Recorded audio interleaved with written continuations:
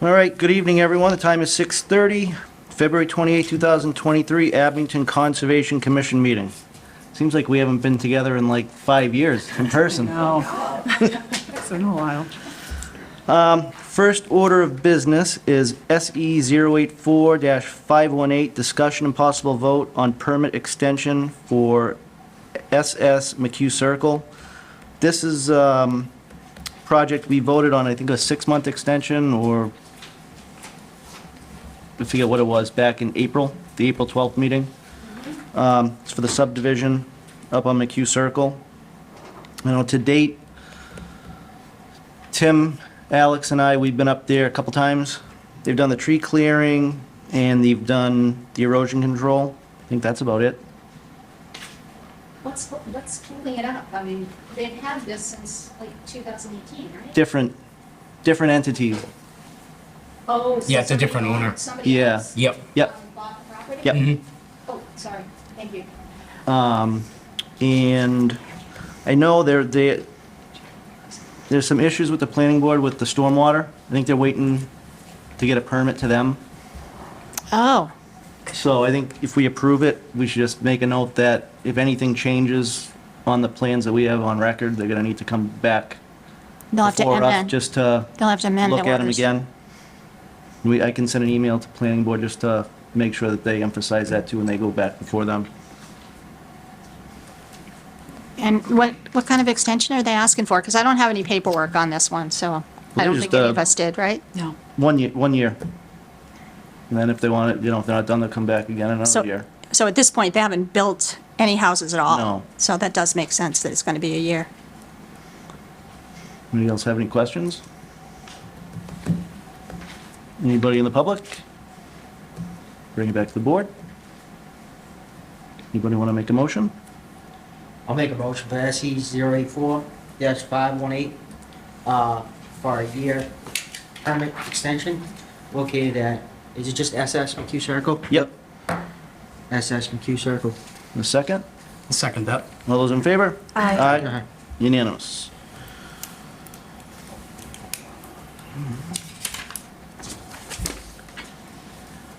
Next up is notice of intent, SE 084-0563, filed by the town of Abington for initiation of aquatic management program to retard, I should have read this before, eutrophication in managing nuisance and invasive species.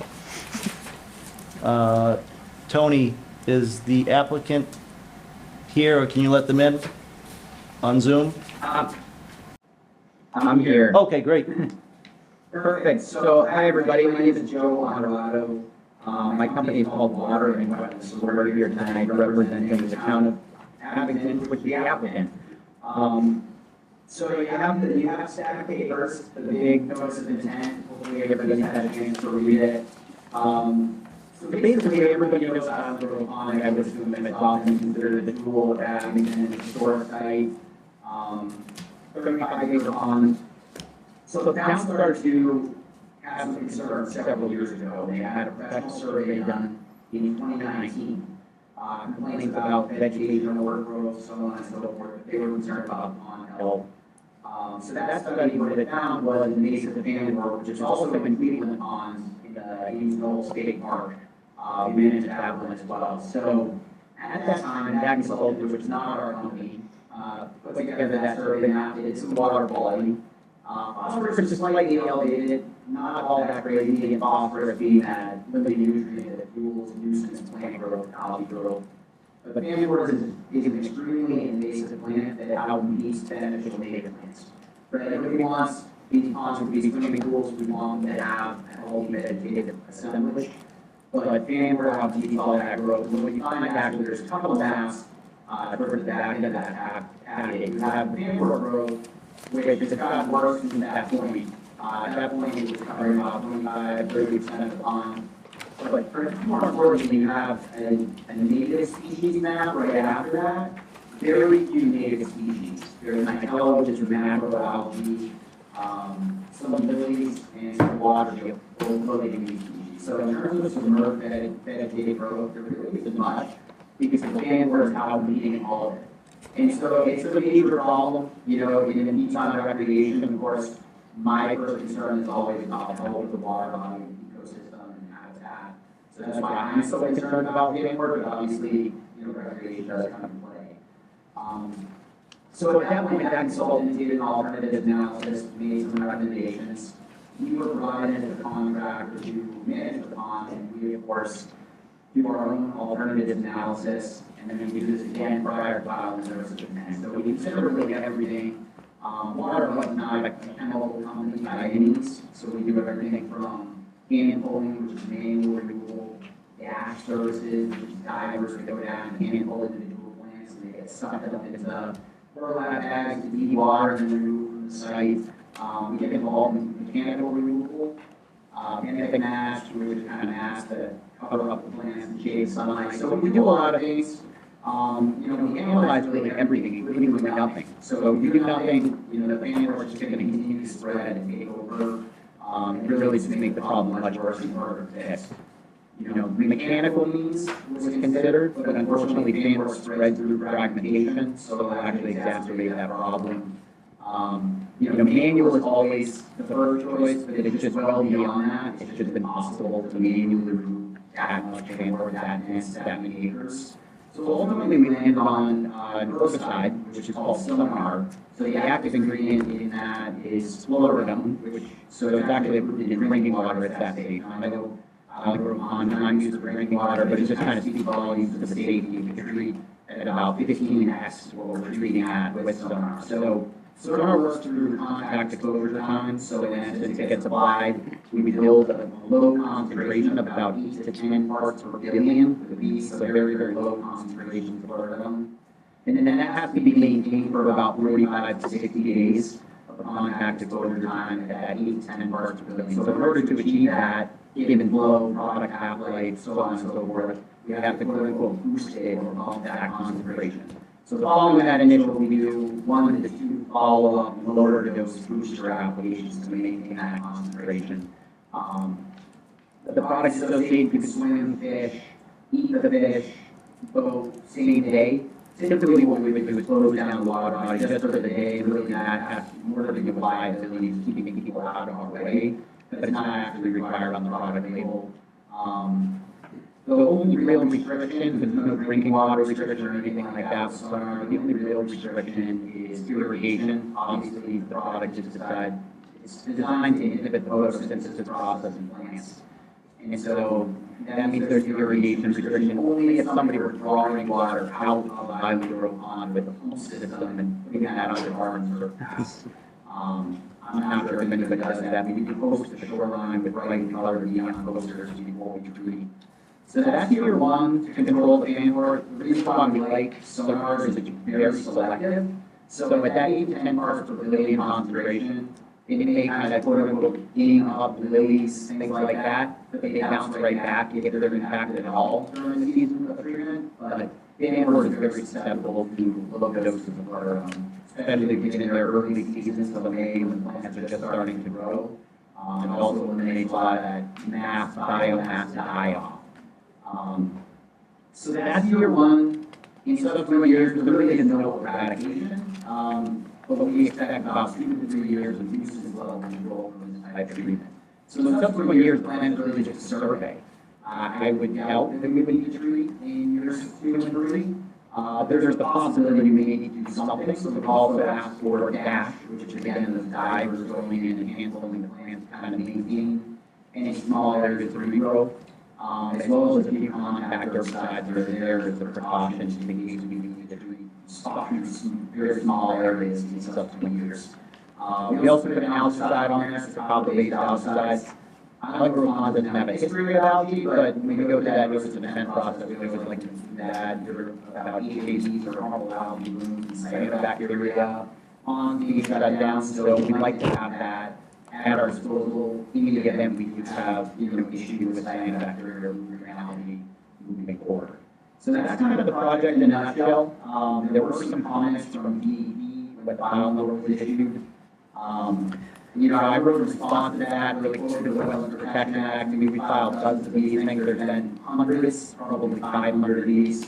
types of projects issued over the last, decade or so, and they're all issued as ecological limited projects. For the reasons I put in that response memo, there was something about a chapter 91, which I didn't really understand the comment. Those are more so for construction projects or building a pier or something like that. We're not doing any of that. So, yeah, so hopefully you got a chance to read that memo and look at the notice and I welcome any questions. Oh, okay. I everybody looked at me. I'm not sure, but are there fish in Island Grove Pond? Yes. Yeah, so could you talk about the impact of the herbicide on the fish? Because that's just something I didn't see really discussed, and I'd just like to know, because I know Yeah. people do go fish. I think I've seen them. I just Yes. didn't know if it was real. And there definitely are fish. I mean, there's even, I kind of looked into the history of Island Grove Pond, there's even been some stockings over the years, where fish have actually been stocked in Island Grove Pond. So, I guess first thing first is the fan board, right? So fan board has negative implications on fish, it's eating habitat, not good fish habitat in the first place. It limits, other wildlife foraging, things like that. So it's a problem with fish habitat now. So in terms of herbicide impacts on fish, specifically, there's no fish toxicity to fish or frogs or anything like that. Of course, all the products used are EPA approved, MAST, EPA approved, and there's been, countless studies of these things. And again, 8 to 10 parts per billion, so extremely low concentrations of fluoride. So we don't have to post no fish? Fish habitat. Yeah, we don't have to post no fishing for a certain amount of time after the herbicide application? Yes, so there's no restrictions on fishing, boating, swimming. Okay, On the actual product label, which, a lot of regulators say, well, the label is the law. Now, we do put a 1-day restriction on all the recreation, so swimming, boating, fishing, when we treat, only for the day of treatment, but again, it's not required. We do have lakes that leave the lake open on the day of treatment, but we're out there, with our boats trying to get tight into shorelines and do our jobs, so what we don't want to have to do is avoid, fishermen and people and things like that. So that's why we close it down just on the day of treatment, but that's not required on the product label. okay. And what's the timing of this? Like, when would you start with the applications? When would we expect? May. May? Did you say Because it May? says Yeah. May? Yeah, so the short answer is it depends, right? We've had a really, I guess, odd winter, mild, some snow today, but, we anticipate the plants coming up even earlier in the spring potentially. It'll depend on spring rainfall and a variety of factors. So we do survey first. We anticipate kind of early May, maybe mid-May, could even be late April. And the rationale for that is early onset growth plants, especially the fan in this case, we're targeting, it's very susceptible to lower doses of fluoride. So we can use less product and get better results. It also limits biomass die-off. So if you're treating in July, things like that, you have to opt out massive fan work. Sure. And you have all that die-off at once. And so we really like to get in there nice early. But again, we have to maintain that concentration. So the initial application, call it early May, tentatively, give or take a couple weeks. And then we space out those booster applications out every 3 weeks from there to maintain that concentration for 45 to 60 days. I noticed in the notice of intent that the town of Abington actually doesn't own the whole pond. So you're only treating the parts that are town of Abington. Could you point out which ones are owned by others? Because is there fan wart there that's going to cause an issue? That do we need to try to work to address that? Because obviously we want to fix the pond. It's a mess. Yeah. So I, that came out, right? You never really know those things until you dive into that notice of intent process. So we were under the impression it's town owned until I started working with Jody, the assessor, and kind of just all looked at it. When we were, of course, getting certified butters, I took them like, there's a tiny cove in the southeast. If you look at the fan board map there, you see a southeast cove, kind of like a paper cove. So about half of that cove, 3/4 of that cove is owned by somebody, and then the very little tip, very little water, somebody else owns it.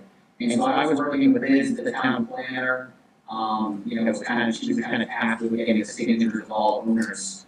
And she was unable to get a hold of that person in that very, very far corner. Actually, she got a hold of the person in the very far corner, but the person in front of him that owns more so of that road, she was unable to get a hold of. It was just the PO box address that we had in New Hampshire. So we're not going to actually put product there, and I can tell you for certain that product is going to find its way over there. It will impact Andover. We're not actually just going to go there. So we still anticipate control. I'm honestly not worried about it. We're just not going to be actually applying product in that area. We kind of left that off because we were able to get those signatures. Okay. And the DEP letter, at one point, it says that you exceed the threshold. I think it's the area, but you're saying that we are, that the regs allow us to do this. Could you just explain that a little more? You wrote it, but I think I'd like to hear it verbally. Yeah. So I quoted Yeah, and then the wildlife habitat next. technical language there.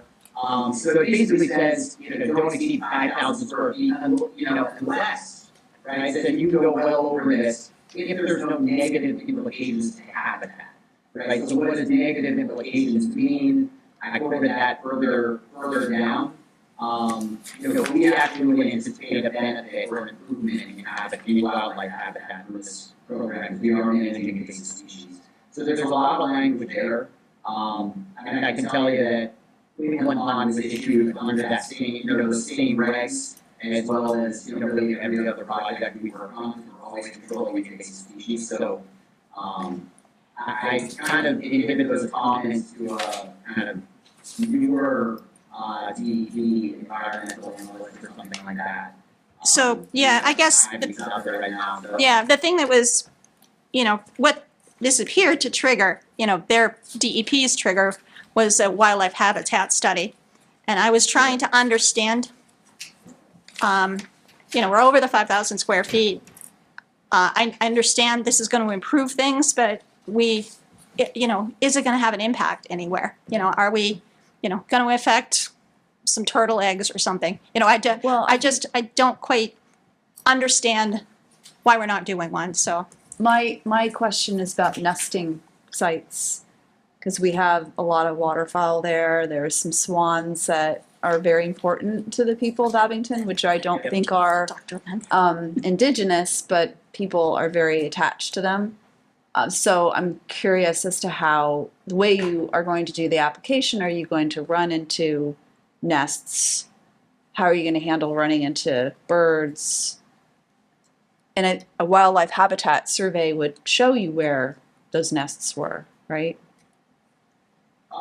Yeah, at the time, the wildlife habitat assessment would be done. So I guess there's some other language from the Wetlands Protection Act in there is to an ecological limited projects waives the need for requirement for the wildlife habitat assessment. So for all these lakes and ponds assessment, there really never is one. But yeah, a wildlife habitat assessment would let us know that, but there's no impacts to any sort of nesting sites or waterfowl or anything with this product. Like when you're having somebody apply it, though, how is that going to work? Are they staying in the middle of the pond, or are they never going to be on edges? Those are the things, yeah, so we're not covering every square inch, we're kind of doing S's. But these are, trained biologists, so obviously if they see any sort of nests or waterfowl, they're not going to be running them over, right? We can avoid certain areas where we're using liquid product, granular product, so it's building a concentration throughout. So we try and get even coverage, but we can avoid areas. So if we see things like that, obviously we're not going to be running nests over, or running birds over, or anything like that. I don't know if that answers that question. That was one of the questions I was going to have, is how the application process actually takes place. So you'll be in a boat, basically in the middle, just trying to spread it. Yeah, so it's a liquid product and a granular product, and there's reasons for the two. So the granular is time release, so it's slower release.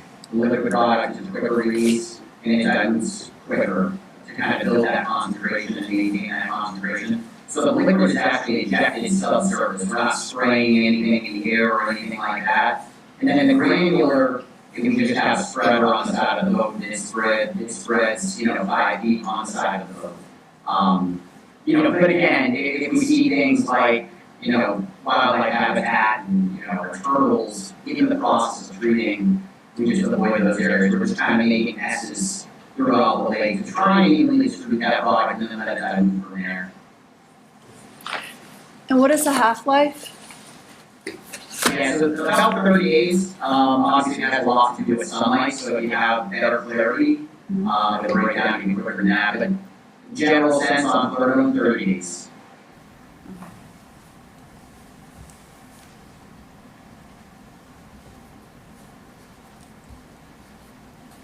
Any other questions? Anybody else? Anybody from the public have any questions?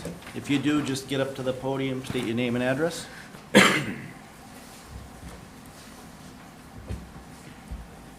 Sheila Lambert, 93 Lake Street. I live right on the pond. How quickly will this chemical, or whatever it is you're putting into the pond, start to kill these weeds? Yes, that's a great question. So the sonar specifically, which is the product we're using this year, or intend to use this year, works slowly. So what happens, it's not like the plants just die off instantly. Now, keep in mind, we're getting in early season, so almost, I don't want to say pre-emergent, but when the plants are very small. So what happens is we'll start to growth regulate those so that they never really reach the surface. So there's kind of that part of it in year one. But then what happens is those plants will start to go chlorotic, so the tips will start to turn white and pink. And it then translocates through the plant. The whole plant will turn kind of white and pink, and then eventually fall out of the water column. So that process takes, again, you need like 45, 60 days. So you start to see those effects over the period of weeks.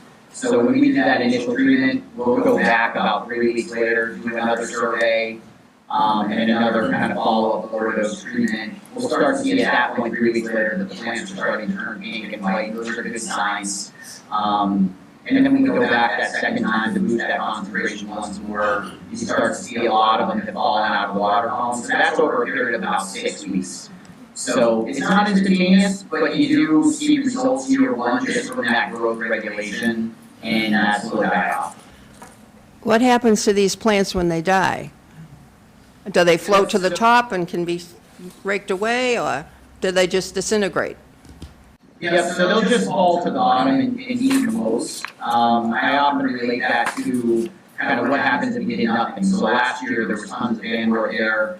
It died off, when the water temperature got cold, we got a frost and ice and things like that. And so all that large biomass, that was like the growth regulator or control, just all died, lost its energy, fell out of the water column, dropped to the bottom and decomposed. So that's an annual process anyways. But by treating, we get in there early season, so we're minimizing that biomass from the get-go, and then that minimal biomass dies off and then kind of follows that same cycle and falls to the bottom. And it just decomposes. Okay, well, thank you. Thank you. Anybody else?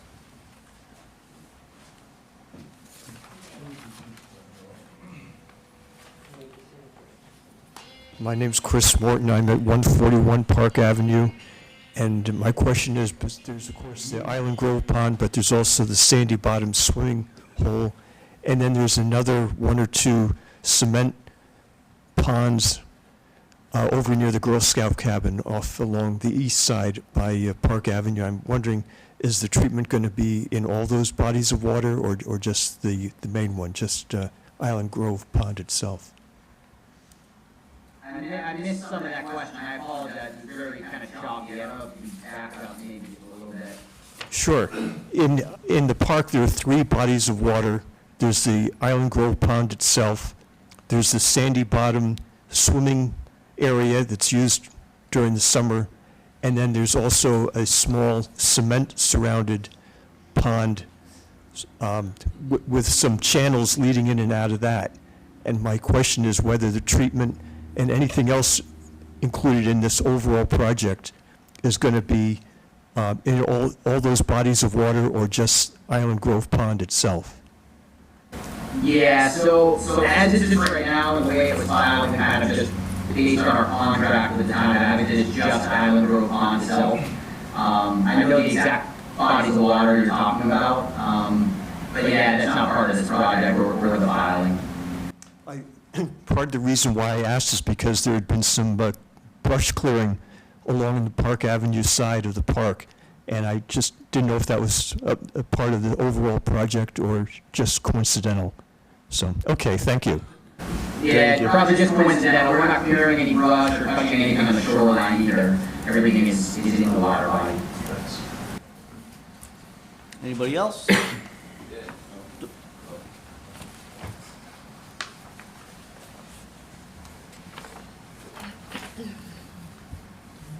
Gordon Williamson, 235 Park Ave. I'm just wondering, where does this plant occur normally? Is that something that you find in a lot of the ponds, or is there anything in the area, you know, like runoff from roadways and things like that, that cause this to be more pronounced? Yeah, so fanwort specifically, which is the only invasive species in Island Grove Pond, is an invasive species. So it's an Asian species. It's not native to the U.S. It's not native to New England especially. You know, is it common? I guess we do see it more than we would like. You know, it's in Cleveland Pond, right in Abington. We do some ponds in Whitman. It's in there. It's in Whitman Pond in somewhere there. Weymouth. Weymouth. Chandler, Industrial. I mean, so it's in a lot of ponds. You know, how is it introduced? More often than not, it's by boats, things like that. So if somebody were to kayak, you know, DCR has a program with the tagline "Stop Aquatic Hitchhikers," and when they say that, they're referring to invasive species, right? It's the slightest little piece of fanwort or milfoil or some of these other common invasive species that we manage.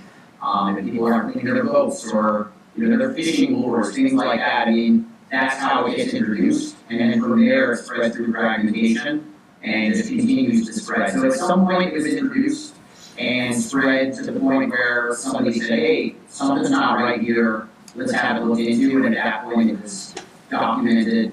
You know, unfortunately at that point it was already covering large portions of the water body. You know, you can get nutrients and things like that from runoff. I mean that, you know, phosphorus especially helps promote growth, but fanwort is very hardy, so it grows rapidly and it takes over.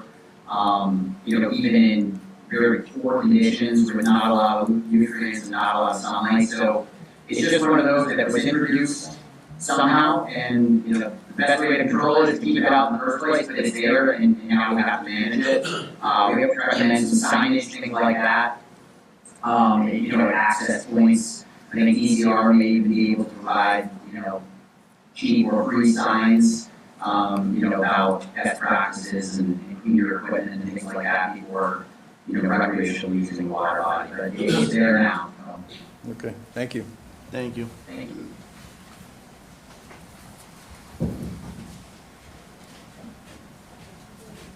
My name is Phil Player, 23 Granite Street. My question is, I know that irrigation, so like topical, you know, treated water would do damage to the lawn. What about lawns that come right to the water's edge? Is there any issue with somebody like having a garden along the water's edge where you're growing vegetables? I know it's okay to eat, but would it potentially like kill grass that's close to the water's edge that might be absorbing seeped water from the pond? No, so there's no groundwater translocation with Florida, so several studies there. So it would have to actually have the pond water put physically on the plant or the grass or the gardens. So really, it's only going to control things that are in the water unless you use pond water. If you were to go take a bucket, something like that, and dump it on your gardens with actual treated pond water, that's where you may start to see impacts. But honestly, kind of that 8 to 10 parts per billion concentration that we're targeting, the irrigation restriction is there, but even then, even if you were irrigating, you probably wouldn't have issues. But yeah, no groundwater translocation or anything like that if your garden's just near the pond or anything like that. All right, thank you very much. Thank you. Thank you.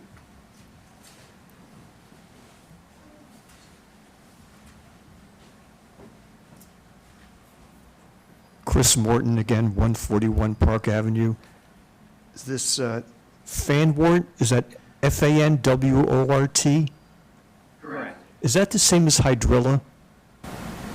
No, so hydrilla is another invasive species. We don't see it as much. There's only a handful of sites in Massachusetts with hydrilla. We manage a few. But no, it's a different invasive species, but they're both invasive species. Thank you. So again, not meant to be here, from outside of the US, take over, out compete. So similar characteristics, but different species. Thank you. Thank you.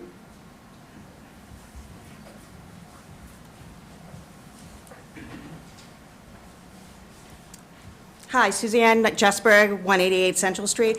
I just have a quick question. So if you're going to treat the pond, but not the little sections where I'm piggybacking on this gentleman over here, and you're going to come back every couple of years just to test and look, is that something that we're, as a town, should budget for every 5, 6, 8 years that we're going to have to do this? Yeah, so it's a great question. It's a great question. So sonar is widely considered a reset, if you will, right? I use a lot of analogies. I almost equate it to you buy a house that's been vacant for 10 years and the yard is all overgrown and nobody mows the lawn, and nobody trims the shrubs, and you kind of go in and you replant new species and get the lawn the way you want it, right? But then you still have to maintain it. So, lake management, we recommend something on an annual basis. The good thing here is that we can get some level of systemic control, meaning that the sonar does get to the roots of the plant work. So we look at carryover control for the season of treatment 2023 as well as 24 to 25. There's an invasive species there, right? There really is no eradication. We can grasp really good control of it after a single year of sonar. So now, after that, we got to try and say, well, how do we manage it to not let it get like this again, right? And so a lot of it is surveys, right? So I think my plan that I would propose to the town in 2024 is a survey, and maybe you're doing something, a day of dash, right? Or a 2-acre treatment where there was a little bit of flow or something like that, and we didn't get the greatest control. But you see a rapidly declining cost. So year one, kind of that reset is one cost, but then on an annual basis, we typically recommend budget something, but it's drastically reduced. And an island grove pond is only about 35 acres, so it's not too crazy. Once you start to get into some of these 500-acre lakes and things like that, costs can spiral. But yeah, I'd recommend something, even if it's just a survey on an annual basis at a much lower cost. Okay, thank you. Thank you. Thank you. Anybody else? All right, bring it back to the board. Anybody have any more questions? I do. With regards to the wildlife habitat, I know you said the application of copper. Could you kind of give us an overview of how that would affect? It says a possible detriment to food source alteration, direct toxicity. I mean, my concern is for the wildlife, and there is a lot of waterfowl in Island Grove. And May, you're talking nesting season starts, what, April? So you're talking about babies, and reducing their food source. I mean, could you speak on that, please? Yeah, absolutely. So, again, copper is not part of the proposed program at this point. It's more as a precaution in the case there were some sort of a potentially toxic or potentially harmful algal bloom. Okay. So really, there's no plan to use copper at this point. So in terms of copper safety, we'd be treating it like 0.2 ppm of elemental copper, so very, very low concentration of copper again. Low vapor rate. Copper is commonly used in drinking water reservoirs. For taste and odor control, harmful algal control, so on and so forth. So it is safe for fish and wildlife. There's, a few fish species that are somewhat sensitive to copper, not at those rates really though. Those would be like trout and salmon. In order to sustain trout, Island Grove Pond maxes out at 10 feet of depth. Right. I think they tried stocking trout and none of them survived just because they don't have Right. cool water temperatures. Mhm. And typically, if we're treating algae, it would be more in the summer months, so it'd be July, things like that, not during, fish spawning season and things like that. I mean, we can definitely, I think if there's any reservations about copper or anything like that, again, it's not part of the program. Feel free to condition it, something like that, a request or documentation that is actually necessary before copper is used. We really don't plan on using it, but heaven forbid there was the start of a potentially toxic bloom that could, really harm pets or people. We definitely want to have that as an option, and that's why it's there. Right, because I know on the South Shore last year, because of the drought season we had, there were some algae blooms in other towns where they were warning people to keep their pets away. So it's not just wildlife, but it's, dogs and people who use the pond. Exactly. I mean, you see birds die, you see fish die from these harmful algae blooms. Right. And so that is regulated by, Mass DPH. So the Department of Public Health gets involved with those in terms of shutting ponds down that have actual cell counts. So lots of times before we do an algae treatment, it would be documented. So we would take an algae sample and see what the cyanobacteria cell counts come back at. So at 70,000 cells per milliliter, that's when ponds get shut down. And when they're shut down, our DEP permit, so we'll get a WMO4 permit that we'll send to the commission before we actually treat. But that WMO4 permit is usually condition 4 says, if there's a public health advisory, don't treat, no treatments at all, right? And the rationale there is they fear that toxins could go airborne if we were to kill too much algae too quickly, and so that's why it's regulated at that 70,000 cells. Okay. But at 20,000 cells per milliliter, people can start to get itching, vomiting, very sick at 20,000 cells, right? But DPH allows us to treat there. So at 20,000 cells, or even approaching 20,000 cells, we know there's a cyanobacteria problem. Cyanobacteria reproduce very quickly. So that's kind of that window that we like to target is, somebody saw something, a visual sign of cyanobacteria swirling, the paint splatter type of look. We go in, we sample, and we say, hey, you're at 15,000 cells per milliliter. It's only going to get worse. It's only going to continue to reproduce. And you could be at 70,000 cells and shut down in no time. And so now's the time to treat and just knock that back because it really is harmful to pets and fish and wildlife and so on and so forth. So we definitely want to have it as a tool, but obviously it would be under good reason if it were ever used. Thank you. Thank you. And after application, how many times are you going to be testing for things like that? Like every month, every few weeks? Testing for what? For algal blooms, like the amount of algae. Yeah, that's it's a difficult question because love it or hate it, it always comes down to budgets. Do you know what I mean? So there's lab fees associated with that. So, what we say is sample as much as you possibly can, even be proactive and sample, right? Especially in high recreation areas, swimming beaches, things like that. You should be sampling for cyanobacteria regularly. We have a lot we sample on a once per month basis, just proactively. We have some we sample every 2 weeks proactively. When we determine, hey, you have cyanobacteria present and the counts are creeping up, that allows us to treat. There's really no history of cyanobacteria at Island Grove Pond, so it's not overly concerning. The phosphorus isn't through the roof, so it's not exactly a candidate for a bloom, but you just never know when you get a wet spring and a really hot summer, just the right conditions, you start to see blooms at places that have never had blooms before. So usually what happens with sampling is it starts with some sort of a visual, right? Somebody, whether it be, one of you, whether it be, the public health agent, something like that, says, hey, we got a complaint, it could have been a resident that said, hey, we saw a sign of, bacteria, or somebody sees this green scum. We hear a lot of things like that. People just call it scum or whatever, and they've never seen it before.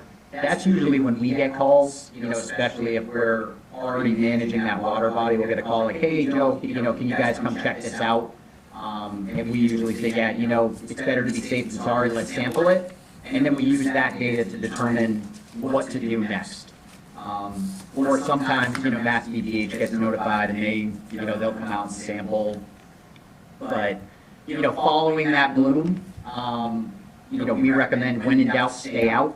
So even if there were a bloom and we treated, it can control that bloom fairly quickly. We still say, hey, let's try and go a week or two without any signs of a bloom. And let's try and keep people away from the water, and definitely if you see signs of a bloom, stay out of it. So we always kind of proceed with caution. I don't know if that answers that question, but the more you can sample, the better always, in my opinion. Okay, yes, thank you. Thank you. Anybody else? Signage. Do you guys have a plan of where you would put the signage around? Yeah, so usually we post immediately prior to treatment, so before we put any product in the water, and we post around the entire shoreline. So, the DEP permits really just say access points, but we kind of take it one step further and we go, every perimeter street that abuts the water body, and of course any access points are first, but lately we've been using neon pink signs. Sometimes we use I call them obnoxious orange, but they're really bright. They just say that the pond has been treated. Any questions, it refers them to us, so it has our phone number and our email address. And then it just says whatever those restrictions are. So again, with sonar, it's really just the irrigation restriction, and then we would proactively close down the water body just the one day, really just to keep people out of the way.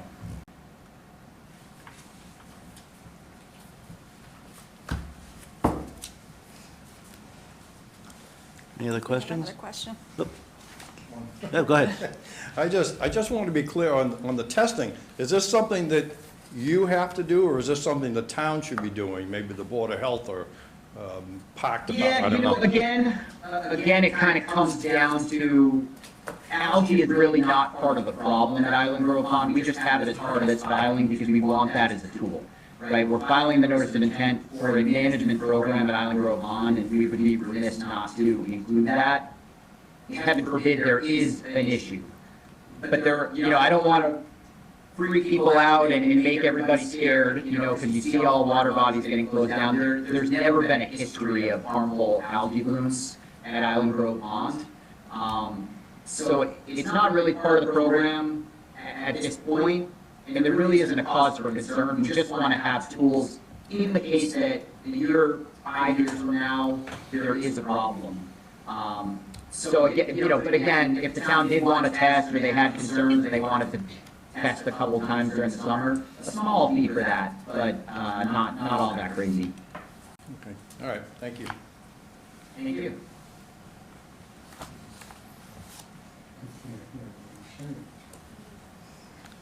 Anybody else have any Somebody questions? asked him, when they do this chemical and they kill the weeds, they're gonna go to the bottom Yep. and create silt. And the pond's gonna just fill up and someday it's gonna be nothing but a mud hole. And it's pretty shallow now. And I live on Lake Street and it's very shallow.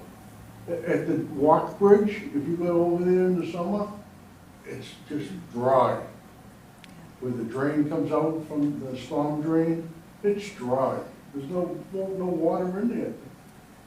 All the geese sitting there, and the ducks and the swans. The pond's just filling up. It's gotta be dredged out. Could we ask you to come to the podium and just give your name and your I address? can't hear you. Oh, All I can hear is music. Oh, okay. The All right. hearing aids are doing nothing. So, all right. All right, so I guess the question is this. Yeah, I heard it actually. Oh, all right, okay. I mean, so the question I think had already been raised a little bit in terms of what happens to the plants.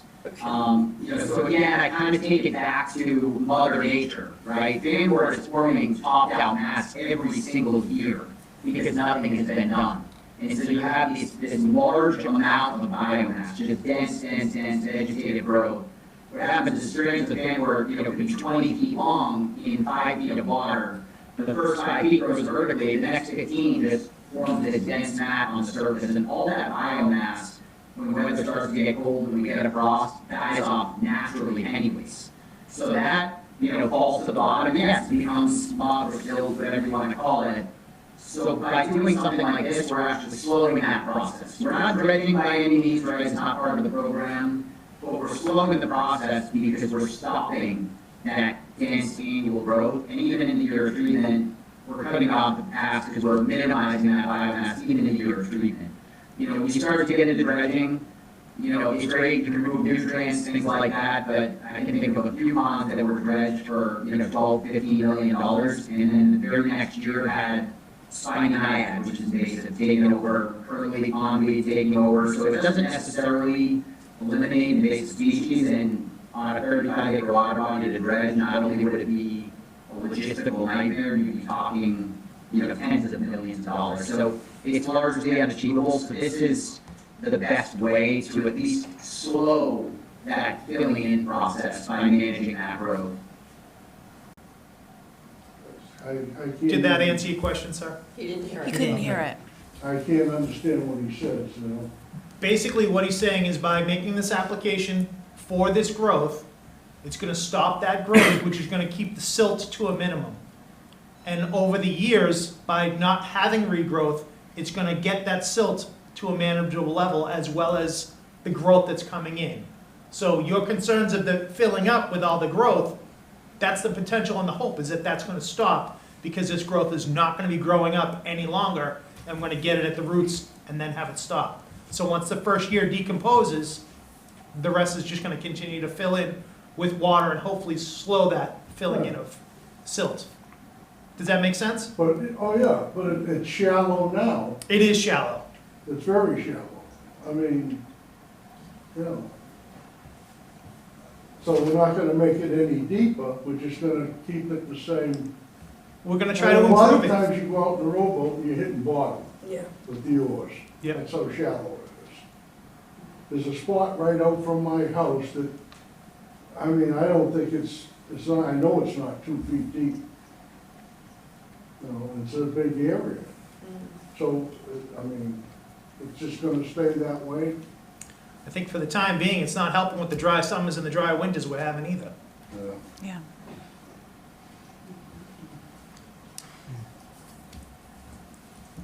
Any other, I mean, I just, killing the weeds is, I've been involved in a lot of dredging. And it fills in fast, I mean, it's. I think by the sounds from what the gentleman's describing is it would be very cost prohibitive for the town to do any sort of dredging, and that's still no guarantee that we're not gonna have an additional invasive species come and take over. Right. It'll be very nice to be able to have the fish see the bait in the summer. I think we all can agree on that. So maybe part of the way to prevent phosphorus from getting into Island Grove and letting these plants survive, people might want to look at the fertilizers they're using on their lawns also. I think, can you talk to that point? How does phosphorus get into, allow this fanwort to grow? I mean, is it fertilizers, is it? Yeah, so phosphorus can get in from a variety of sources. I mean, it could be road runoff, it can just be, it's New England, right? You have lots of overhanging trees, and those leaves will decompose and turn into nutrients. Similar to kind of having, letting them decompose in a stockpile in your yard and then using that, right? But fertilizers are a major problem. I think some sort of public education, or at least having documents available to let people know are great.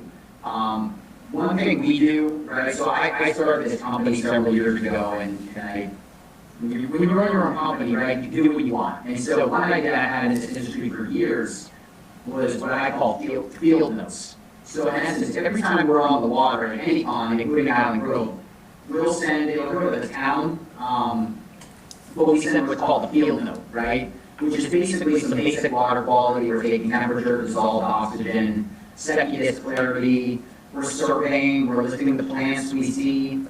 But more often than not, we list things that we see that are opportunities, right? So, lake associations are a great example.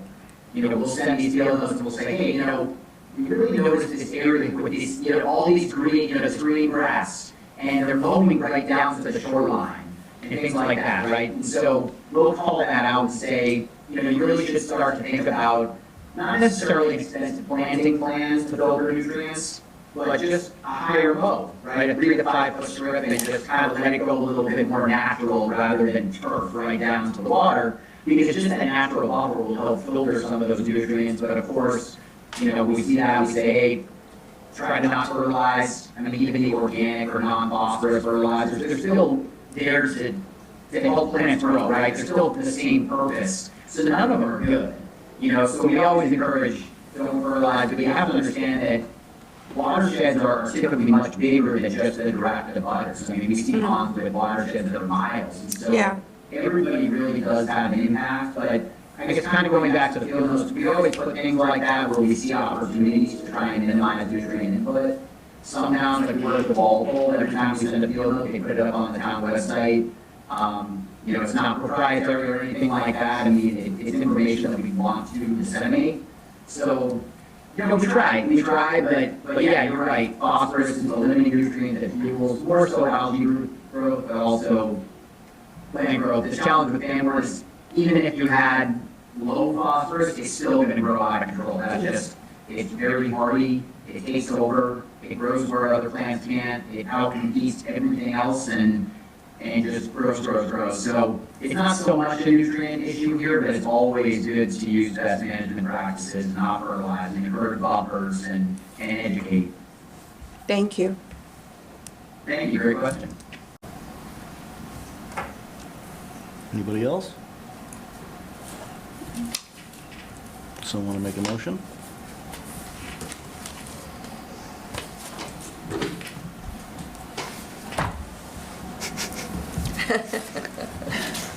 I can't. I'm looking for my, the NOI number. Oh, it's, 084-563. I'll make a motion to accept. Second? all those in favor? Aye. Unanimous.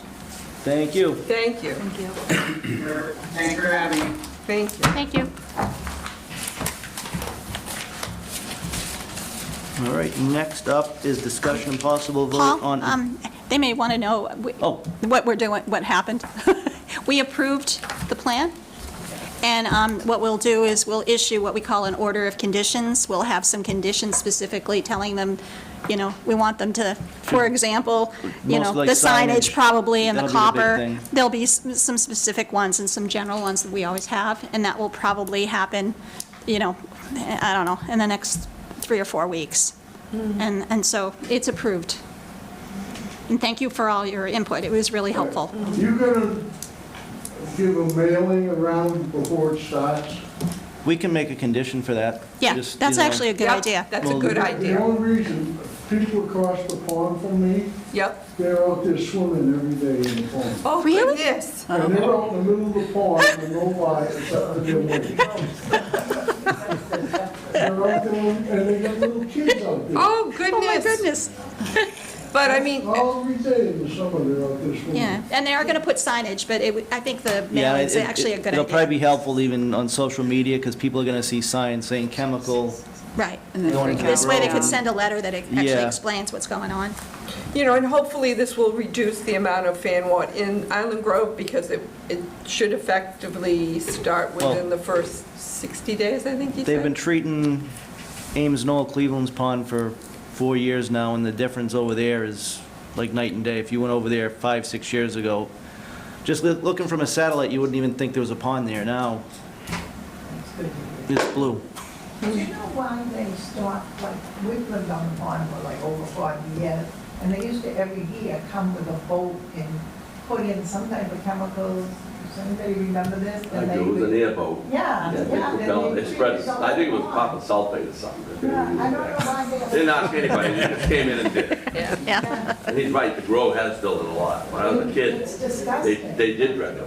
I don't know, if the guys are all. Yeah, they did. I do remember It was a the. That's right, why the peninsula that fan came word's out so, from the back so of the, prevalent now. cemetery. They just spread it Yeah, around They like go that. out there as little kids and fish all the time. Yep. Yep. And that's when they didn't ban them. The best thing they ever did was stop feeding the ducks, because the pond will support a certain amount of wildlife on its own. You start feeding them, and you have thousands of ducks, which we had, and geese. Yep. And you're afraid to fertilize it, that'll pump some fertilizer in there. So they did a great job stopping that, and that helped right away. But when they dredged that, they made it deeper. And it seemed like it was very good for a lot of years. It's been around for a lot of years now. But he's right, it's come back. And so then you wonder, well, does the shallow water enhance the weed growth? And would it be better to have the deeper water? It would help to slow the weed growth. And it would help fishing. The fishermen would love to see the deeper water. But I mean, you've probably already looked at all this, but he says tens of millions of dollars. Sometimes people just fire numbers out there. They're not exactly accurate. So I haven't been to any of your meetings. I was bored tonight, so I came in. But you've probably already looked at dredging. And plus, it's probably an environmental thing. Oh, no, you're not going to dredge. It did help a lot. Yeah, I think it's basically, like he said, though, it is a very expensive process, It dredging. probably is, but is it worth it? Is it worth it? You know, that's something could that make it should be worse. looked into. Because the Grove is, yeah, That's probably I'm something- biased, I grew up here, so to me, Yeah. the Grove is beautiful, Is but it could be more Yeah. beautiful. Yeah. Yeah. Even the bridge, I know that's tens of millions of dollars, Yeah. but it seems to stall, and then nothing happens. The Grove itself, all the pine trees over it, it's beautiful. It could be even better. Oh, yeah. And so you wonder, you know, how deep did we look? Yeah, I Not think, trying to put it on your I think shoulders. it's under the control of the DPW, and I would suggest perhaps that, you know, you guys maybe talk to the DPW directly. It would- We only just, we're a permitting board, so people come to us and Okay. ask us, we want to do this, can we? So if you want Where- that issue to take place, we gotta look. You gotta work with the somewhere town else, itself. and they can generate it. But like the gentleman said, you know, people who live around this beautiful area, I mean, you should form an association of some sort, even if it's informal, and get your recommendations. You see the activity on Island Grove faster than anyone else. You know when something's wrong, you know when something's happening. Your board should just, you know, select one person and deal with the DPW for your issues, and, you know, hopefully they'll get addressed that way. Hopefully. Yeah, you Well, guys- I mean, Well, There's it's, nothing you can do about that, I know that. you need to be consistent, you know, No, and like this. persistent. no, you're gonna be the first ones to see an algae bloom. Yeah, I mean, You see exactly. it. And, I mean, there were other towns, I think Braintree had an algae bloom, Yeah. and Milton did as well. And, you know, that can be very scary for people who walk their dogs, cats that walk, and you know. Cats that walk through. But it is nice, I'd like to see it. It is pretty, you want to keep it as beautiful as it is, I agree. You can buy a small dredge for not a lot of money. I mean, I don't know how many ponds are in town, but, I mean, I'm sure other ones need it. I think we need If to you get want to call the golf course down in Duxbury, they had two of them sitting there just to do their watering ponds, and they used to lease them out. That's, yeah, that's something, Put a guy on it, Yeah. gotta go, DPW is the one you gotta talk to about that, though. Then we can That give, might we be can give them something. permission to do it. Did they check the feeder ponds, like Atwood's Pond and the little pond behind the Frollo? Did they check, is the same weed in those ponds, or we don't know?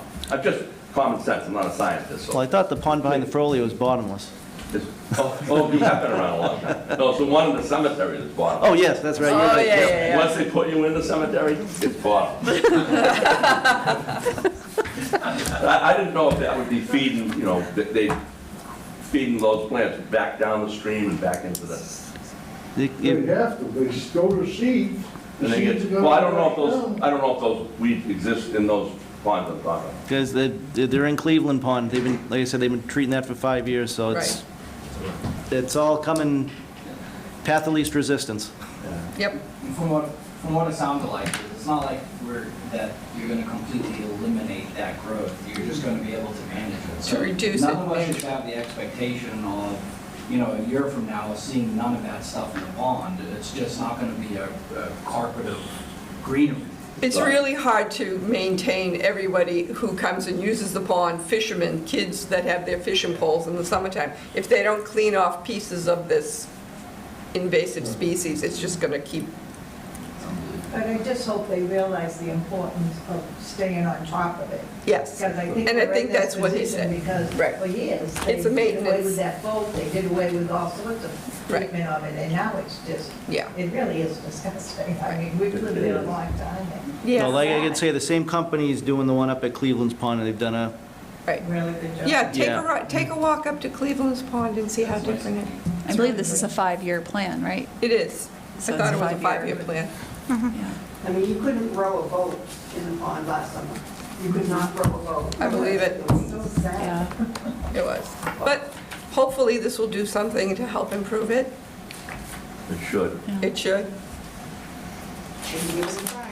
Thank you. Thank you. Well, thank you, everybody, for coming out. Thank you. Careful going home.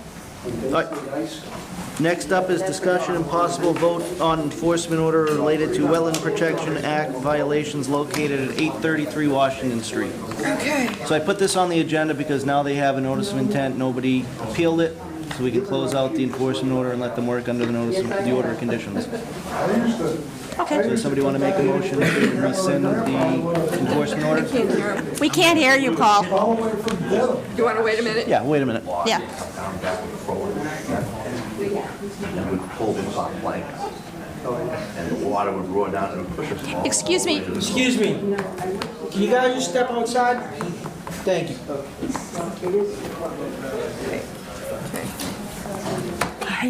Now we can hear. Thank you, Alex. No, so what I was saying is, now that they have an order of conditions to work under, we can close out the enforcement order. Piles of dirt have been covered. I think they're gonna start working, I think next week. They might actually be out there doing stuff this week. We're gonna set up a site walk with the contractor next week. Good. Somebody wanna make a motion to rescind the enforcement order? I'll make a motion to rescind the enforcement order at 833 Washington Street. Do we have a second? I'll second. Oh, Lynn second. Lynn got it first. All right. All those in favor? Aye. Aye. Unanimous.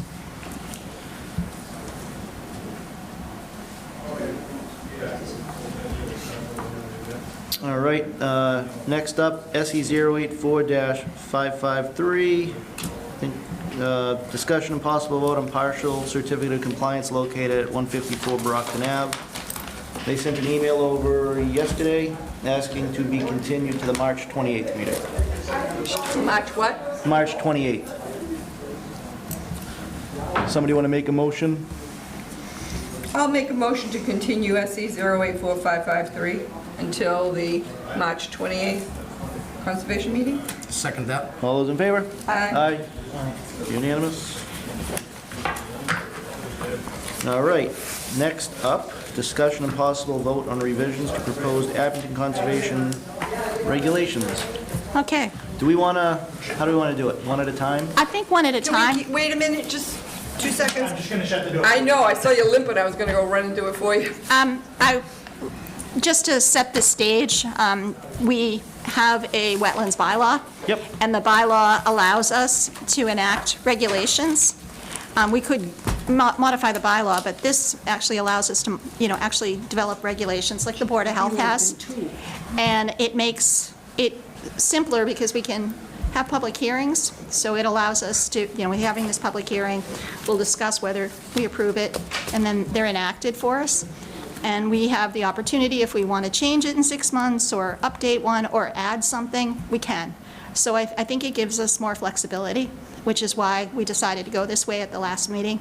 But not everybody was at the meeting, so I just wanted to kind of bring everybody up to speed. And I guess I got to wait for Jane to come back.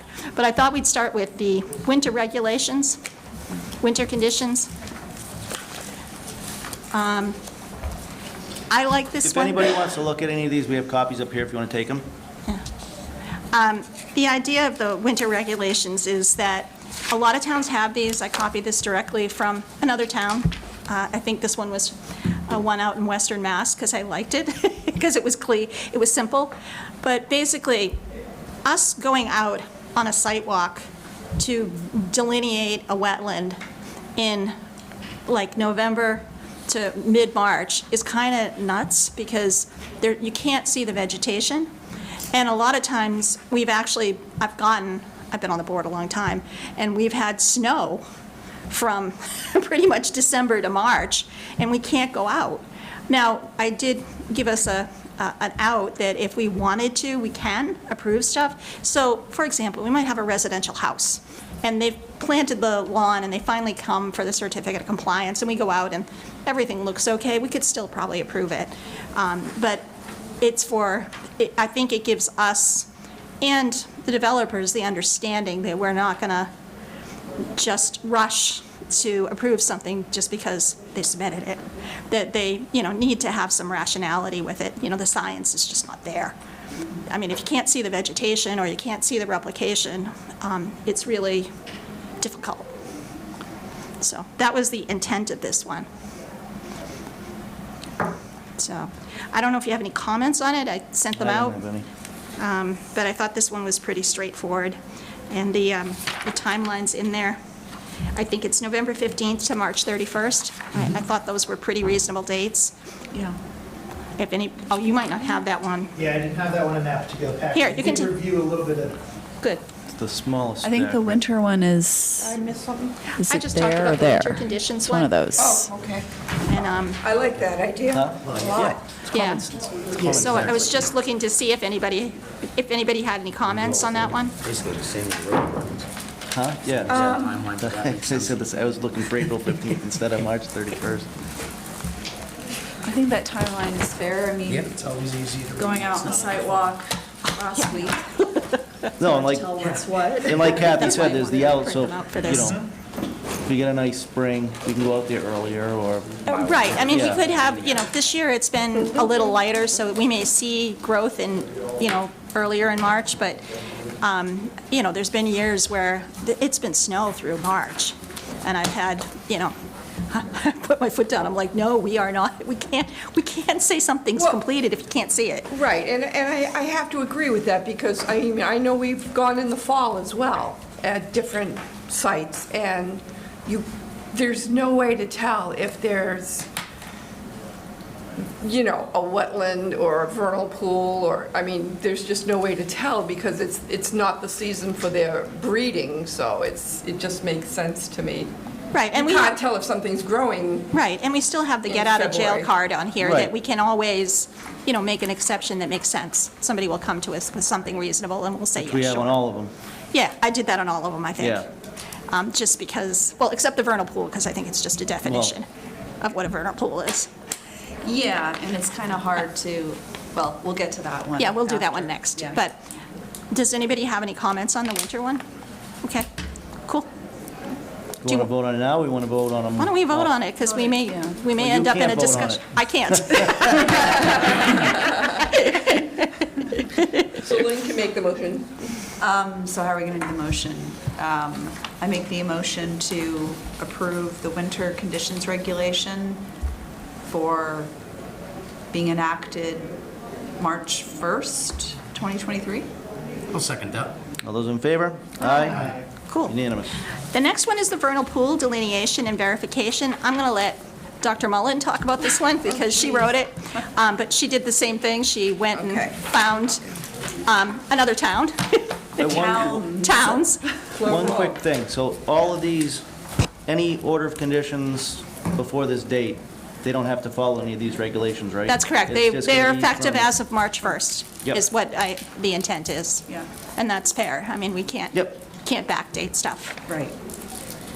Yeah, so I looked at, Kathy wrote the winter conditions, and as I was going through it, I remembered about vernal pools, because you really can't know if something truly is a vernal pool until you've been checking it out in April, May, and looking for wood frogs chorusing or presence of different salamanders, amphibians, and on page 2, I have a list of a number of the indicator species that could be found there. It's not an exhaustive list, but it's most of what we would see in Massachusetts.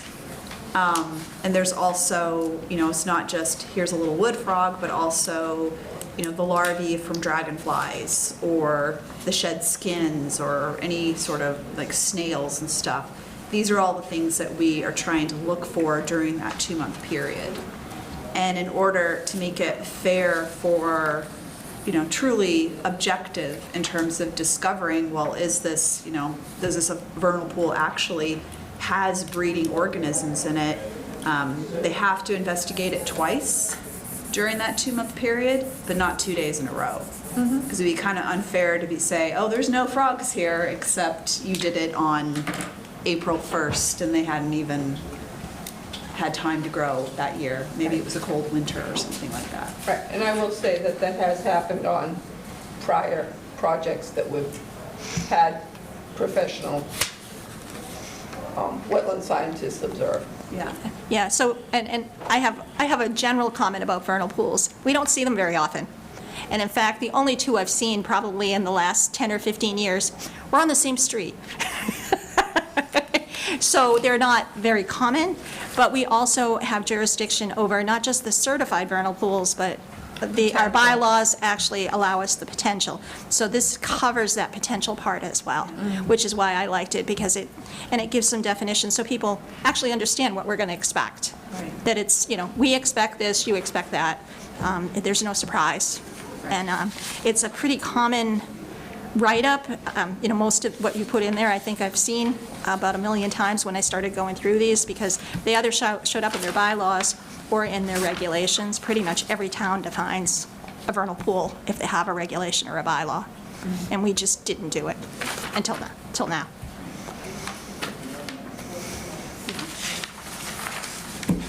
So there's language here about, other things, other characteristics. So let's say somebody comes by in August and says, oh, we think it's a vernal pool. Well, there's other things that we can be looking at, like trees with buttress trunks or other things. So these are the sorts of things on page, bottom of page 2 and top of page 3 that are other things that would be characteristics of vernal pools that we can ask them to look at and then later verify in the spring of the following year. And then the remaining language is basically copying what we have in the winter conditions regulations, just making it more specific for this 2-month time period.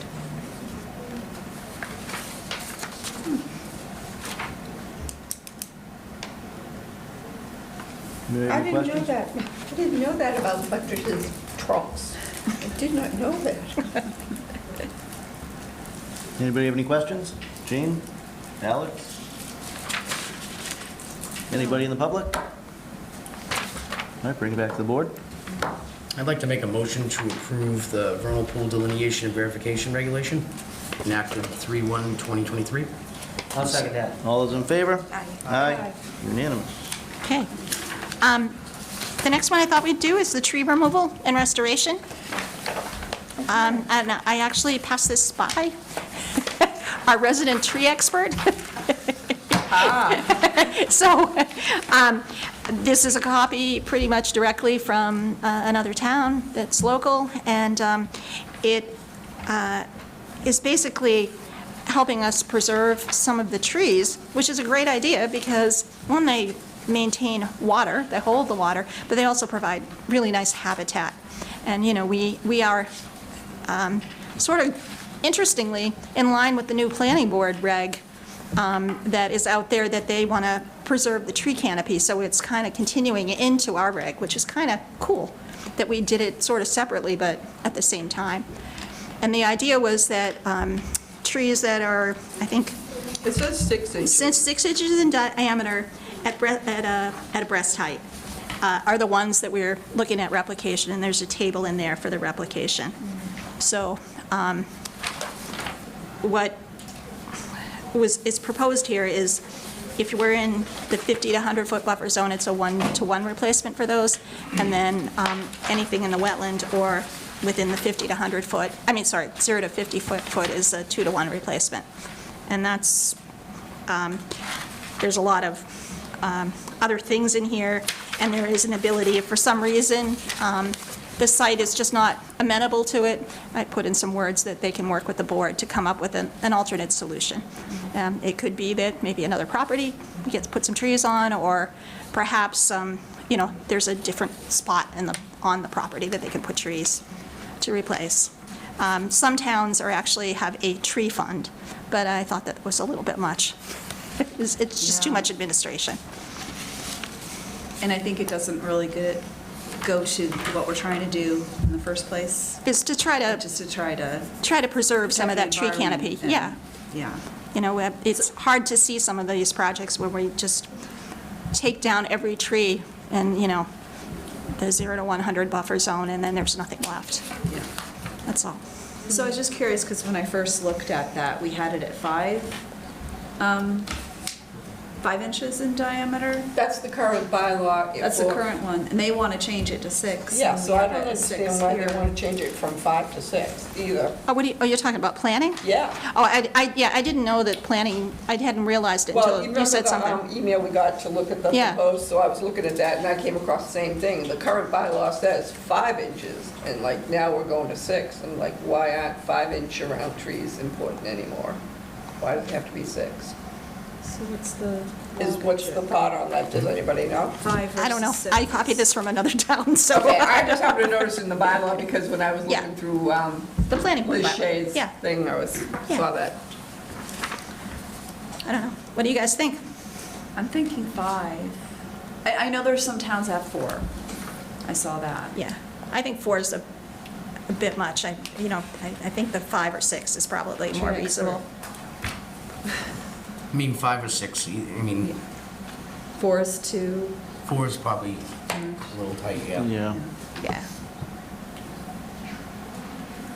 And I saw the 6 pretty consistently when I looked out there, Yeah. but that's probably because we're all copying each other's regulations. Yeah, it's true. The Yeah. same, the same language But I know, but it's everywhere. just that currently And ours it's like, does who wrote 6. this first? But if the Right. planning board is going to 6, But no, But- it's a bylaw proposed change, right? It's a Oh, proposed proposed change, change. right, So we right don't know now, if it'll currently our pass. bylaw So says we can go 5. to 5, we can change it yeah, anytime. we can stay at 6 and change it later to 5 if we want. Or go at 5 and change it. It's already, everything, it's already 5 now with the planning board's bylaw, right?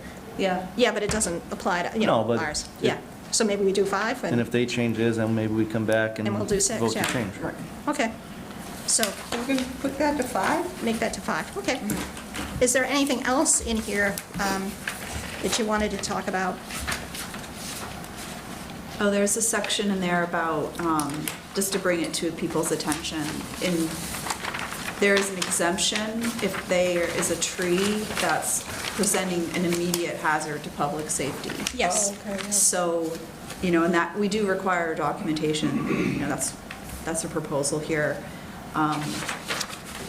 Yeah, so it gives a regular person, it's like, no, you don't have to have this tree that's on top of your car. Right, and, Right by wetland.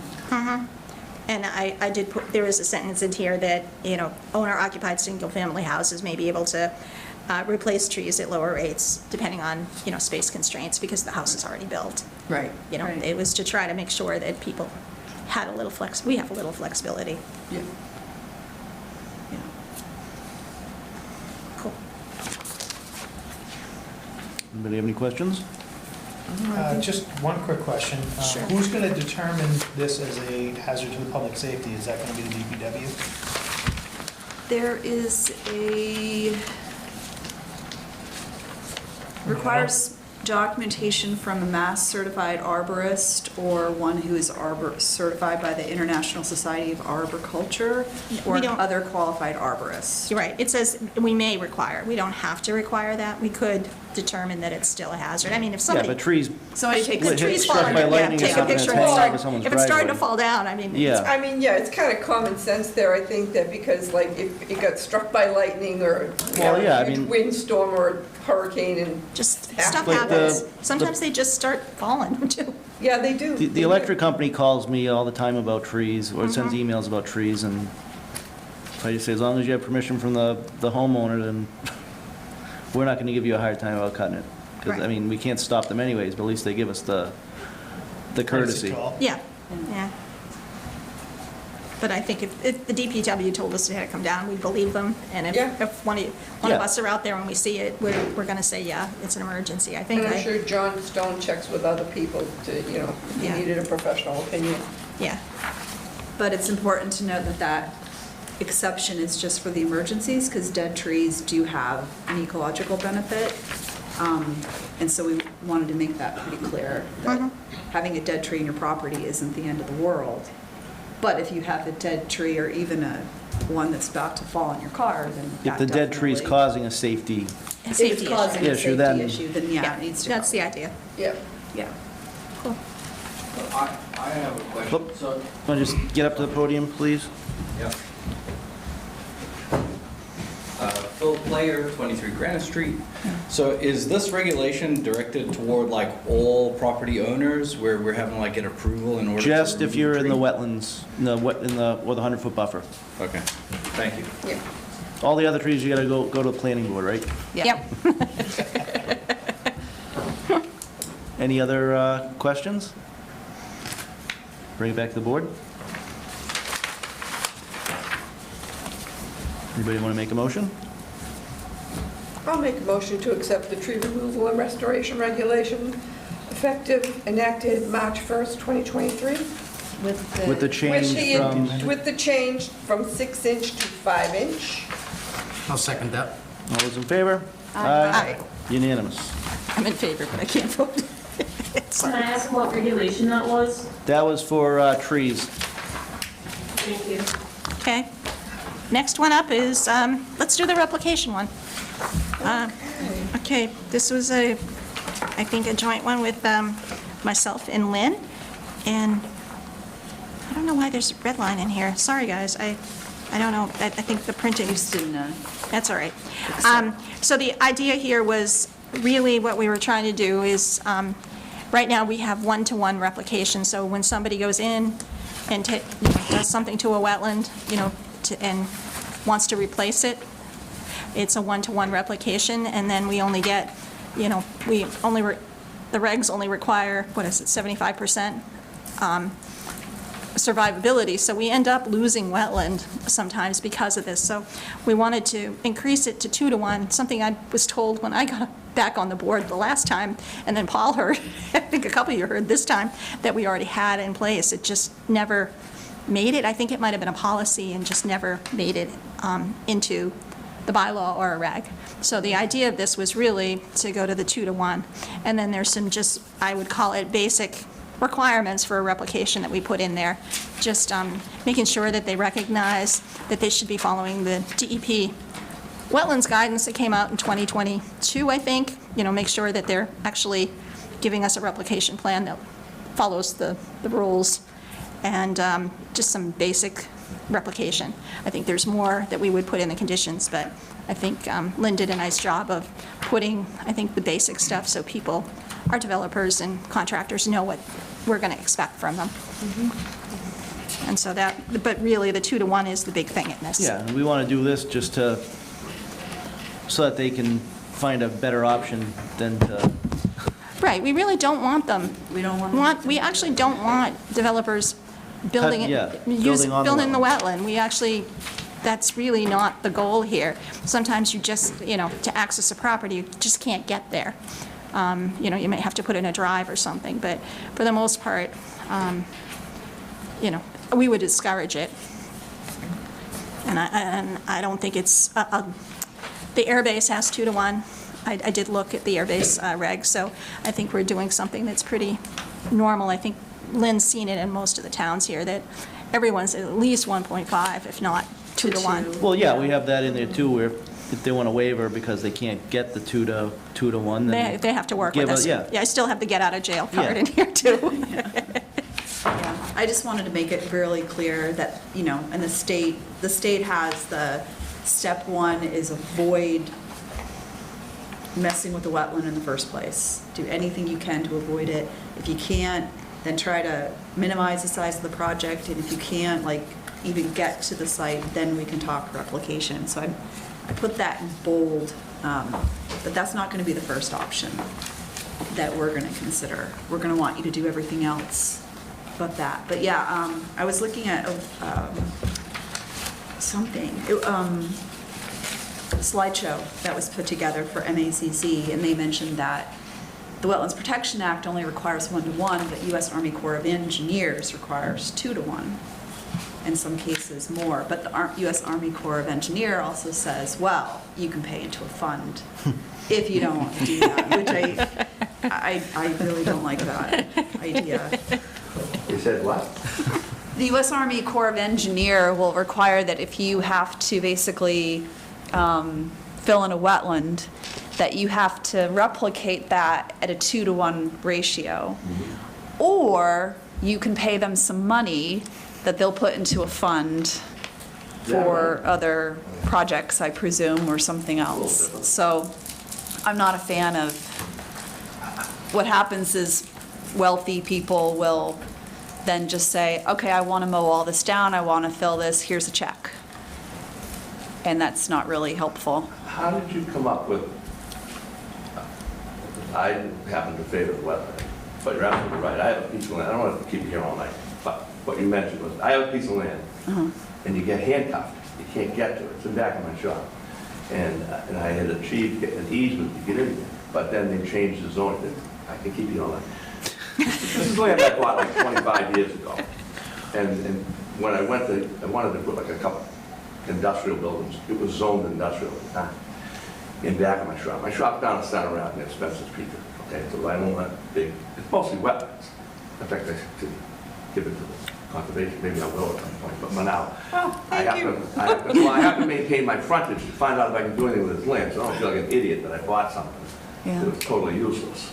The conservation land is useless, but we can't put it buying it, doing something, it is. Yeah. So they changed the, so 22 years, there was no sewage, they ran out of sewage. Everybody said, oh, gotta get in line. And I didn't know where the end of the line was. So for 22 years, I waited, and I'm known for my patience. But I did it. I got through 22 years. They finally get the storage. So I said, well, maybe I'll do something with the land out back. And then they start getting in to find out they changed the zoning, because I had achieved getting an easement between my business and the condominiums next door to get to the real land. I thought that was great. I don't have to touch the wetlands. Perfect. And they said, yeah, but when you did that, it was okay. Because you had frontage on Summer Street, you had frontage on Private Street, all kinds of frontage. Way more than me. And it was okay to come in any way you could get to it as long as you had frontage on the street, so I didn't have to touch the wetlands. Perfect. And they changed the zoning. They said, from now on, in order to get to your land, your point of entry has to be where you have the frontage. I only have like 52 feet frontage for that easement. So I said, well, I'll get a variance. It's not that easy anymore. It's like, well, what am I supposed to do with this land? Because I really don't want to touch the well, and I do have a perfect way to get in. So you're right, you can get up against it, and then you get into replication, which I would get into.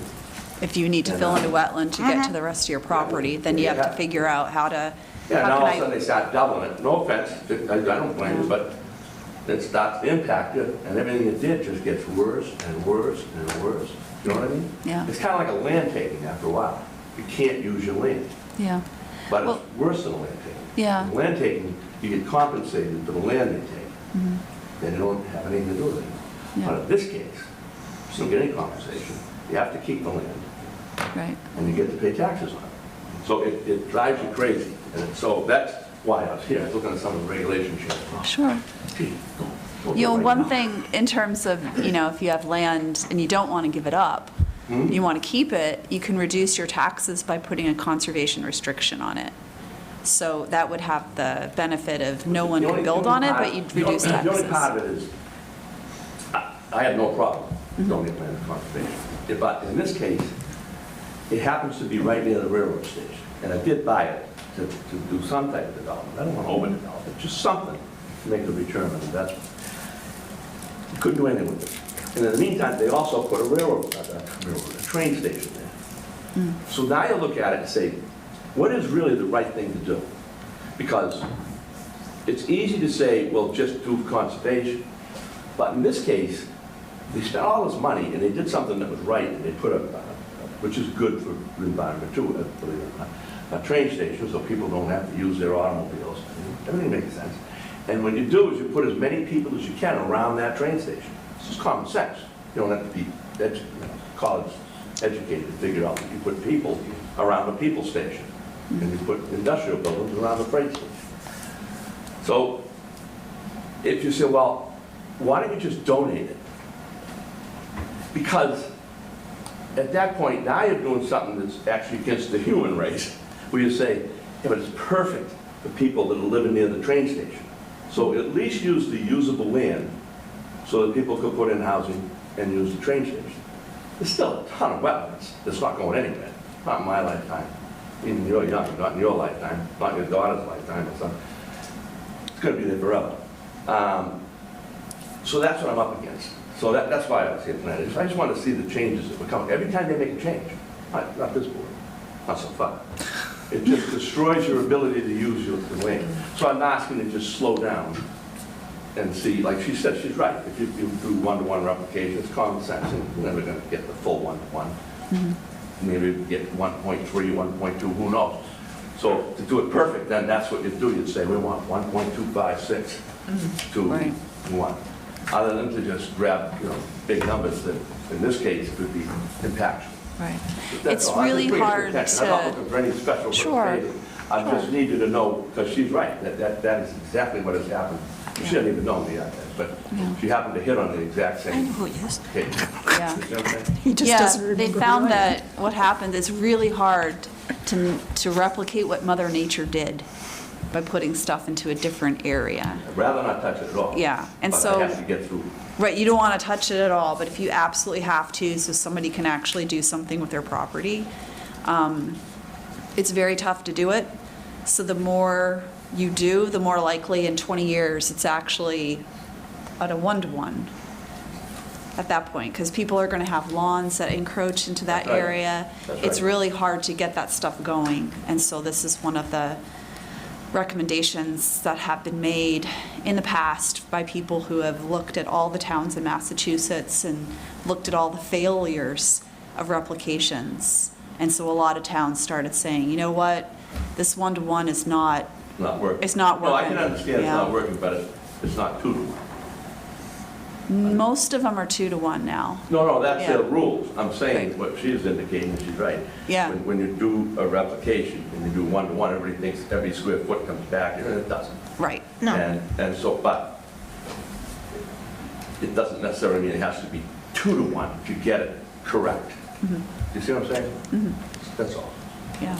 Well, that's why we think, have, that's why we have the waiver in here too, or if you can't, Oh, there is a way. If you can't- I haven't digested everything. yeah, no, if you can't physically do 2-to-1 replication on your property, there'll be a waiver where you're basically gonna claim a hardship where you can't do it because of Well, size of the property then or, you get into definition, what's constitutes you can't do it. In this case, say you got 5 acres and it's usable, and what do we got? Let's have 12 or 13 wetlands. And we have like 4 or 5 that's good land. And when you start, last thing I want to do is cross that wetland, but if you did, then you start chewing. Now, if you're developing that land in any density at all, it becomes pretty significant to give up, another 4,000 or 5,000 square feet of usable land. You don't have 50 acres. You can just gonna get at. Yep. It gets pretty close. It gets pretty tough to deal with, and maintain your patience, and maintain it for 22 years to get sewage. And now, actually, you shouldn't be too concerned about it right now, because now you can't get water. you can't get water. Yeah. You can't get water. They just drop right out of the sky. Now, I know they're not doing it to me on purpose, but like I told them, I said, I waited 22 years. I gotta tell you, I think I'm pretty confident that I can't wait another 22 years. So that's all. I appreciate what you guys do. You're all volunteers. I just didn't have anything to do tonight. I could have stayed home and babysit. Or I could come here. So babysitting versus go to a boring conservation. Well, we're here every 2 weeks. Oh, thanks. I have to babysit every 2 weeks. You may see me. Thank you. Thank you. But I think as we have that conversation, it leads to that point of the Army Corps of Engineers of why they say, okay, if you can't do that, that's their get out of jail. You're gonna put it into this fund, and it seems icky, for lack of a better term, Right. that you're gonna put money into a bank, but if that money is going to replicate somewhere else and it's gonna have good survivability that can be monitored, might be worth looking at as well. We've got plenty of properties that's town-owned that could use some investment if we decide to go that route, that we could help foster that growth with those funds, So I understand how it certainly looks like Yeah. a CD handshake, if you will, of, hey, I got money, I'm gonna do this.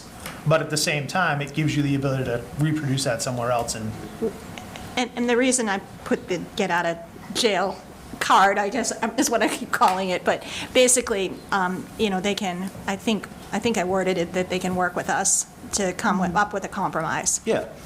It's a pressure relief. Yeah, It really is. we needed to give ourselves, we can't foresee every circumstance. Right. And so we wanted to make sure that we had that ability. I don't expect to use it very often, if at all, but I wanted to make sure it was there so that we have some relief as we go through this. But, with the studies about replication and how they just fail, and that most of the communities around us, and I have to remind, the air base is at 2-to-1, and there's a reason they went to 2-to-1.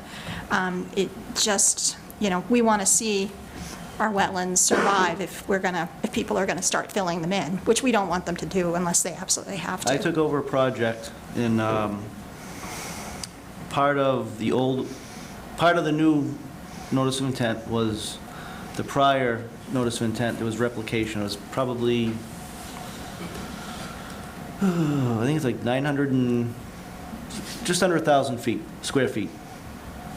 Completely, nothing took.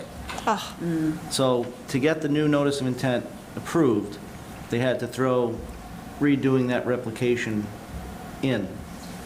But that town has now gone from 1-to-1 to 2-to-1. So now they have to do a 2-to-1 because they have the land to do it. Right. 2-to-1 replication. Yeah. After the first round already failed. Yeah. I mean, they didn't protect it or anything, so animals, deer probably just get in there and just had a field day and everything. And Why wouldn't they? It's what they do. I'll be monitoring, I'll be monitoring that. You put for out the some next 3 yummy years. stuff, they're gonna eat it. Exactly, yep. Man, I got bushes where the deer have come and they're growing about 6 feet up, they're fine, and down below, they're gone. Yeah. Anybody else have any questions or comments? Nothing to come up there, just clarification for me. So this whole conversation is around, we own wetlands, we want to use some of it. If you use it, you have to replicate it somewhere else on the property 2-to-1. And then there was another part of it where like one scenario is that there's like, some towns use a fund where the individual who has the property could, in those scenarios, like contribute some sort of money. Yeah, we're not talking about that we're not set up for that right now, that we'd have to have a whole separate discussion and change this around. I only saw one town in Massachusetts that does that, but outside of Massachusetts, when the U.S. Army Corps of Engineers gets involved with wetlands, they have a fund that takes over. But out of all the towns, I looked at regulations of every single community, and there's 531 communities. And there was only one that had a fund for people to use.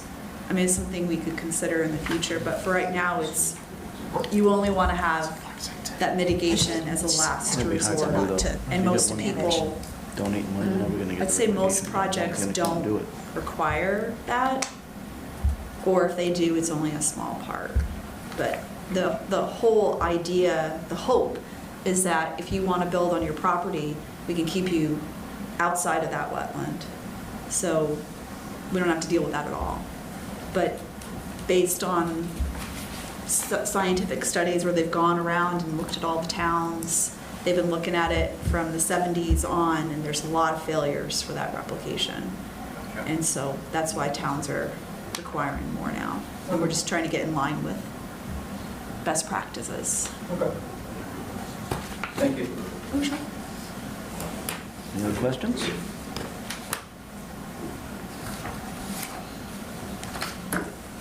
Somebody want to make a motion? I'll make a motion to accept the wetland replication regulations enacted, effective March 1st, 2023. I'll second that. All those in favor? Aye. Unanimous. Okay. All right, last one. Last but not least is the wetland setback. I copied this directly from the town of Hanover. So there's 2 columns in here. The no-build zone, I did fill in a couple because they didn't fill them in, but they were pretty obvious what they were planning on. There is a rebuttal of presumption, so you can, argue about the setback. I don't expect to have it happen very often, but it gives you what we expect. And there's a bunch of minor activities that it just doesn't apply to.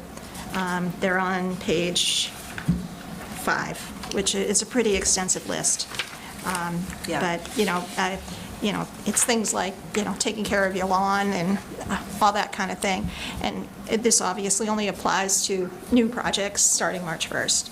But the idea is that there's 2 zones. One is a no disturb, which is pretty much what we already have. We have that 20-foot no disturb overall everywhere, on all our projects. I've gone up a bit on a couple of them. The subdivisions and multi-units and the commercial are up to 35 because that's what Hanover used, and I've actually seen mostly 50s there. But I thought the 35 was a rational place to start for us at this point. And then, and the vernal pool was at 75 feet, which, some towns are at 100 and 200 for those 2 categories. But this was Hanover's, and I thought it was a good model to go by. And then there's the no-build zone, which is, you can have a lawn, you can have a retaining wall, you can have a flat patio, that kind of thing.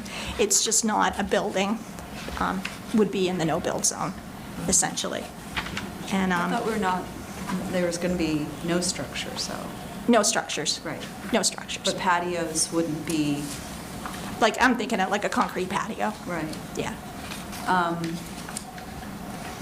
So that is, the proposal on the table. I know you guys all have gotten this by email, but explaining it, and we did add a no disturb zone demarcation requirement. We really, we've talked about this for about 1 million years on this board about marking where the wetlands are, but in this case, I think it was the no disturb zone. We wanted to go that 25 or 35 feet, so they know there's some markers to tell them not to go beyond that. You're in a bad zone. Yeah. And just to have actual signage from here on in, I think it will help us in the future. I think it'll avoid a lot of enforcement activities. So that's what's on the table. You guys have comments, thoughts? I know on the signs, you have granite and concrete posts. Okay. What would you like to do? I'm fine with the granite. Okay. Concrete posts I don't like because over time Okay. they could get weathered and you could have rebar Okay. sticking out. So I think either the granite or 4x4 pressure treated. 4x4 pressure treated, okay. And then, I know Jean, you dropped this off, I did. right? For the sign that should go on the post, we should have a uniform, this is what we're gonna use. Oh, cool. Size and what we want it to say instead Okay. of, Right, and I think you have a copy of it down there. My printer ran out of ink, so it's in red Yeah. and pink. I'm sorry. so the sign wasn't in red? No, it was in green and white. Okay, because that But first my thing I printer ran out of said ink, and I was like, I'm sorry. I mean, it's very obvious. is, yeah, I don't. Yeah, is coming but I by mean, and it see clearly that. says, I mean, it's a good size for the sign, Okay. and it just says, wetland protection area, do not disturb, town of Abington, with our phone number, Conservation Commission. So an 8.5 by 11 sign? That's pretty much it. Yeah. It is Okay. I think green and white. green and white, but that's what it That way was, it- but I ran out of ink, sorry. 8.5 by 11 sign, green and white, I mean, that makes it pretty Yeah. clear, and, I mean, and text that Jean gave me. yeah. Jean gave me. I mean, that's if everybody thinks that, I mean, do you want something different? I mean, No, I think that's to I the thought that point. was, Looks you pretty know, good. it just says, Pretty this is simple. what it is. I like Simple. it, it's really simple, so it's. Just green and white it's- instead of red and white. Yeah, it's, it's got a phone number. Red's not bad either. Yeah, I know, yeah. Red's not It's bad. kind of pink. But green and white But, is Abington, we are the Green Wave, so. Yeah, that's it's right. true. You gotta go with that green. Lynn had given us a list last meeting, I think it was. Was it the last meeting? You gave us a list of all those towns? Oh, that was, no, I had that list. It was 92 towns, and Yeah. as I mentioned earlier, I went and looked at every single town in Massachusetts Right. and looked at if they had setbacks and no disturbs. There's actually 181 towns that have setbacks and no disturbs. Okay, well, I was just going by the one that you had given us at our last meeting on January, I think it was January. No, 31st. The 31st, okay. Well, anyway, so just went through it and I picked out all the towns that are in Plymouth County, because that's where we are. And of the towns that were on this list that were in Plymouth County, there's 17 of them. Of the 17 towns, the majority of them have a 50-foot no disturb. And that was 17 towns, 7 at 50, 5 at 25, and then the rest just were various little, I don't even know how they came up with the numbers that they did. One was 15 foot, and I'm like, I don't understand that. One was 35, one was 25 to 50, it depends, and then the other one was 30 to 50. But, so I just wanted to point that out, that that's in our county. And I was surprised to find out that Cohasset is not in Plymouth County, it is Norfolk County. I did not know that. I did not know that either. I was surprised to find that out.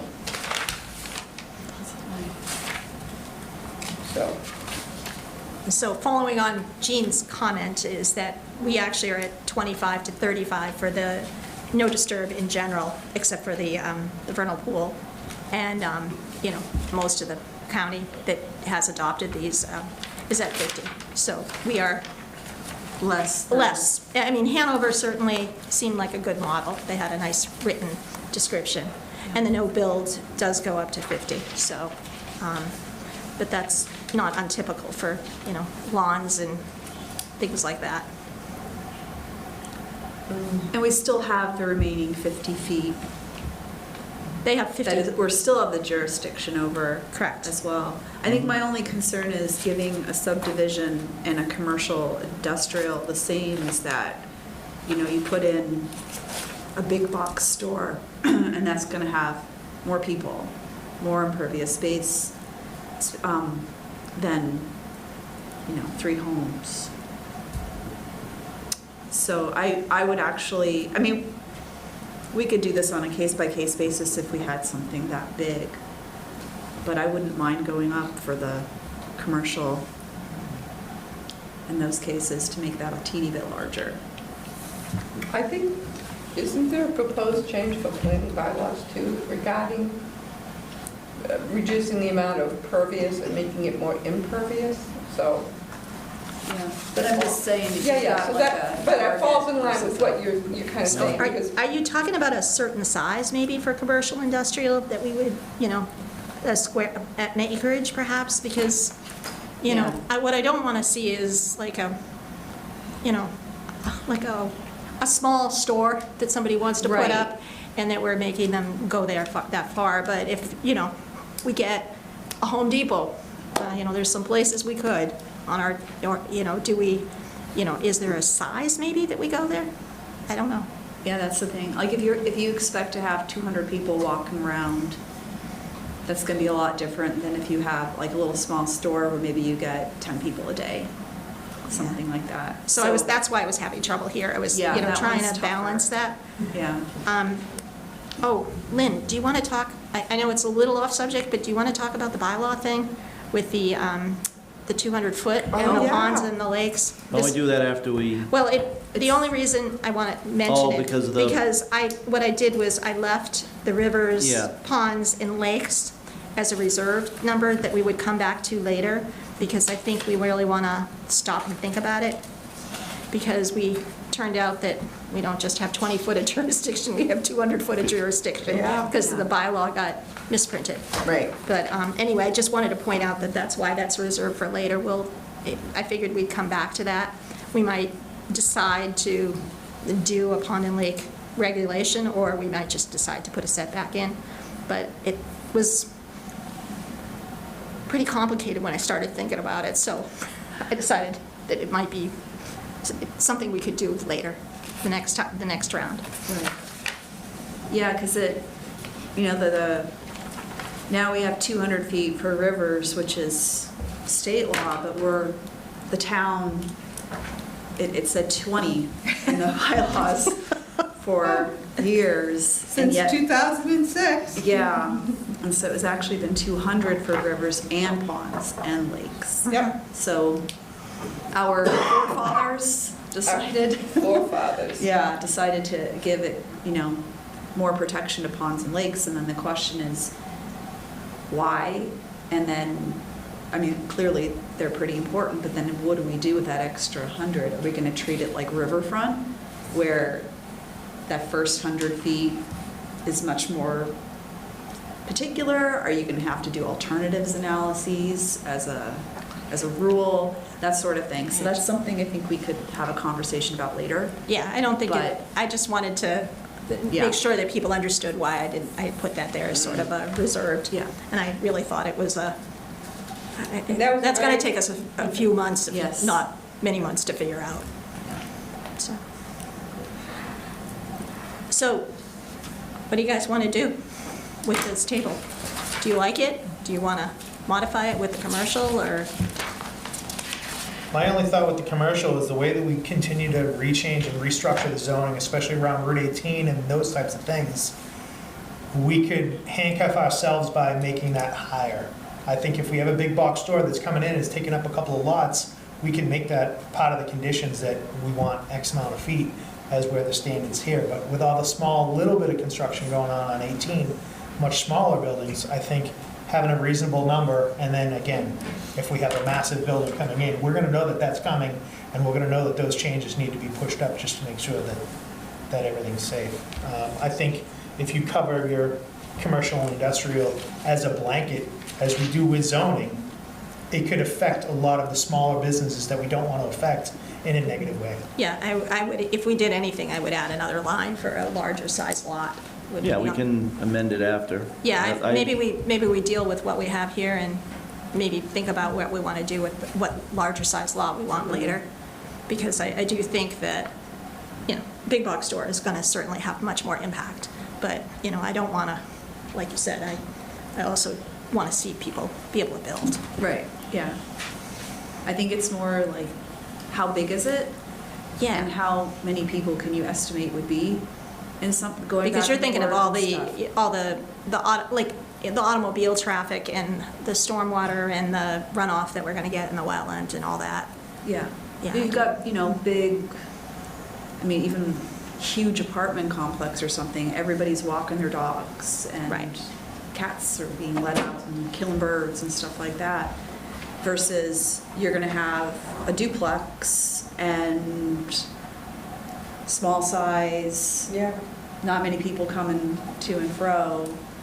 That's gonna have less of an impact than something with much, a big business. But, small business where you're not gonna get tons and tons of people, you're not gonna get 300 people a day. You're not going to have that impact. It's like a residential house Yeah, lot. It's like Yeah. Versus a commercial. Right. And that's where I kind of struggled with this when I was looking at the table, is it just seemed like there should be some additional protection for what really, really big things tend to be commercial. But then how do you balance that out with a small mom and pop store that's not going to get hundreds of people? And so I kind of just went, all right, let's discuss this. I'm good with this for now, and we can discuss at the meeting, and yeah. Yeah, and maybe it goes on our agenda for the next time through. We settle in with this one and maybe come up with a good addition for that. Yeah. Something that makes sense, that we all feel comfortable with. It's a minimum regulation. Yeah. True. Yeah, and it's more than we have now. Right. I mean, this is much better than what we have, and it's in writing, and people know before they start working, so it's not a surprise. That was really, I'm sorry. go ahead. Aren't the new updates from DEP coming out soon, too? Supposed to. Yeah, so that might be something, too. We'll start with this and then with the new guidelines from DEP. What are they It's supposed to changing? be this month. They were supposed to be going through a lot of stuff according to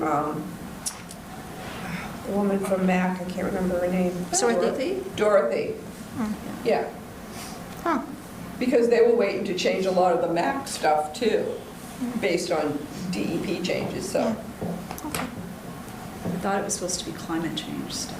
It has a lot to do with climate change as well, and the effects that it's having on the wetlands and just that and expanding. And I'm just saying, I was just throwing it out there.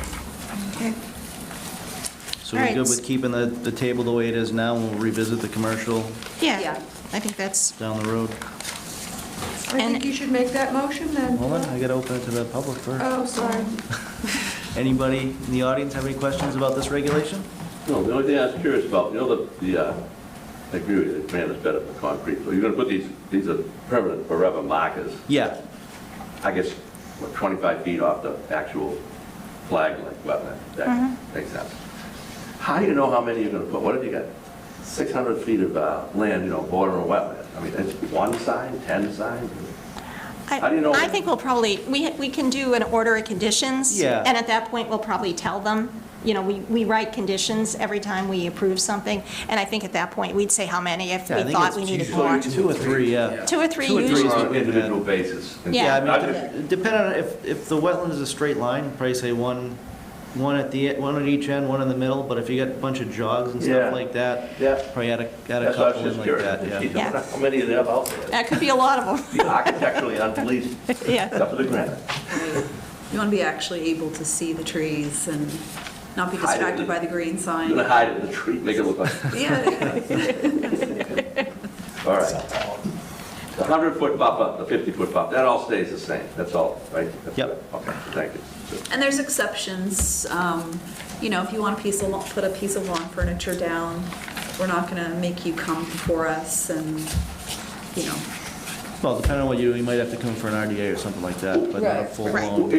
But It means no construction of any kind, or altering, or cutting down There's a- trees, or doing any of that. But you can certainly walk there, Oh, yeah. yeah, and you Oh, can yeah. put your lounge chair there if you want to be Yeah, by yeah. mosquitoes. But I mean, that's, you can do a deer tax. right, My favorite. yeah, yeah. No, that's fine, thank you. Thank you. Any other questions? Somebody want to make a motion? I'll make a motion to approve the wetland setback requirements to be enacted on March 1st, 2023. And we're going to delete the concrete poles. And We are going to put in, but I'm going to add 4x4 pressure-treated wood as well as an option instead of granite. And then we're going to do the 8.5, Green 11 and white. sign. I'm amending your motion. And with the text that I have here, In green and white, in green and white. not red and white. Yep. Okay. Have a second? I'll second. All those in favor? Aye. Aye, unanimous. Okay, great. So what I will do is I will make the changes on the 2 that need to be changed, and then I'll turn these into Adobe PDFs, Tony, so that, if she's still there, she is. I'll make them Adobe PDFs and send them to you so we can post them on the website. They I become, appreciate that. If you want to get them to me soon, like tomorrow, I can post them. As I said, I'm going to be working from home all week, so it would be perfect. super, that'd be great, and that way they're up, you know, for March 1st. They become effective March 1st. And so I can do that. I think these are pretty simple to fix, so. And Thank you, I appreciate it. yeah, and I do think that we will have another set, but I think I've been percolating what we should do next. I'm curious about the climate change, because I think they are going to issue some draft guidance. And I actually think that I saw both compensatory storage and stormwater requirements. The compensatory storage was to add a little more storage, like 5 or 10% more than what's required by the state. And the stormwater, the same thing, that they don't just go to 0 net discharge, that it's like 5% less than the discharge normally, something like that. Those things are out there, plus lakes and ponds, which I'm still a little confused about. But I think those are probably figure 6 months, right? The next time we do this to ourselves. Probably when it's slow again. Whenever it gets, Yeah. yeah. Or and we can always do one at a time too, if something comes up. If you guys think of anything, let me know, because there's probably something out there. Lynn and I have been through a lot of the towns at this point. How many? 531. Not all of them have regulations. No. There's 181 that have regulations. But then, like when I was going through the setbacks and no disturbs in the other towns, some of them had it in the bylaws. Which is, a lot more towns have the bylaws. Right. So a lot of them would not have it stated in the bylaw, but would have it in regulation. Some towns would have it in their bylaw and have no regulations. and some would have both. And it was just, and then some towns don't even have like a Conservation Commission website or a town website. Because I kept going weird. And then I saw in that spreadsheet that I sent to everyone, that Excel spreadsheet, it's like town has no website. And I thought, okay, this is 3 years ago this was created. They have to have a website now, right? And then no website for the town. Yeah. I think there were 2 or 3 towns like that.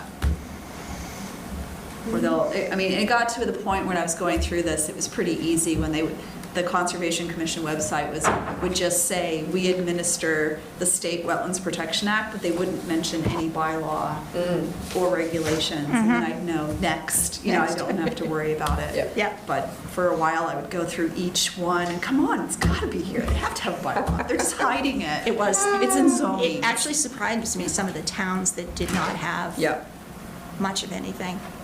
Some of the bigger towns, which surprised me a lot. But a lot of towns had some pretty decent regulations and. Yeah. All right, next up, building permits and site visits. You sign any permits? I don't think I have since the last time we met. You did, didn't you? Yeah, this is for somebody in your neighborhood, Yes. but I don't know what it was about. I think it was a foundation addition for 77 Battery Street. I can't hear you, Tim, sorry. It was a permit for 77 Battery Street, just an addition. There was no wetlands in the area. Cool. All right, site visits. Well, I know we you went to guys- Brockton Ave. You guys did one, Yes. Brockton Ave, we'll discuss that when they come before us next month. Tim, Alex, and I did one on Dale Street back in beginning of February. I didn't see any issues over there. That's it, right? Or, Patterson Street. oh yeah, you guys Oh, did a yes. site walk at Patterson Street and Charles Street. Yeah, Patterson Street and Charles Street. You're gonna be sending over a Yeah, I'm gonna, draft letter of, I'll finish typing up the report and Yep. send it over. I've kind of gotten sidetracked, and I apologize for that. bylaws, regulations. Yeah, I'm sorry. I think that's it, right? That was it. Okay.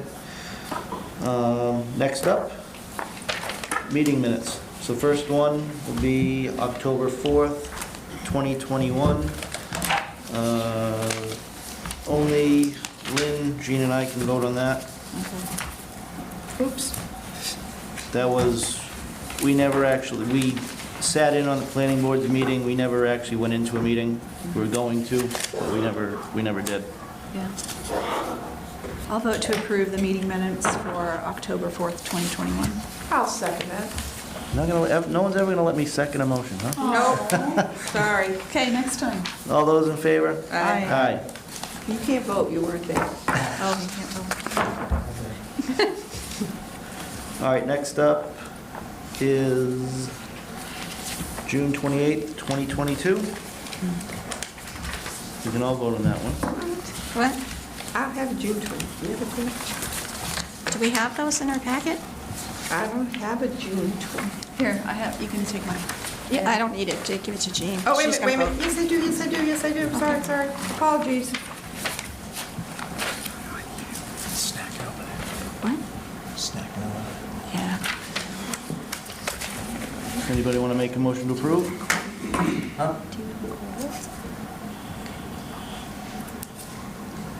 I'll make a motion to approve the Conservation Commission minutes from June 28, 2022. I'll second. All those in favor? Aye.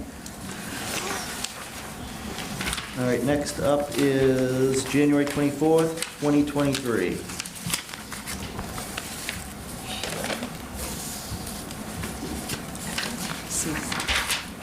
Somebody want to make a motion to approve these? What was the date?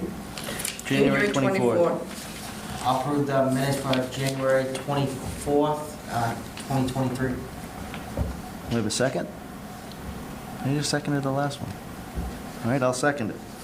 All those in favor? Aye. And the last one will be for January 31st, 2023. That was the Zoom meeting. Anybody want to make a motion on these? I'll make a motion to accept the January 31st minutes, 2023. I'll second that. All those in favor? Paul, I had a September 21st in my package. Yeah, but it was dated wrong on the agenda, so we'll do that one. Oh, okay. We'll do that one at the next meeting. All right, that's fine. So one of the doors amended. I You didn't- can vote on it. Okay. You guys just have all the wrong agendas. I forgot to print out an additional copy.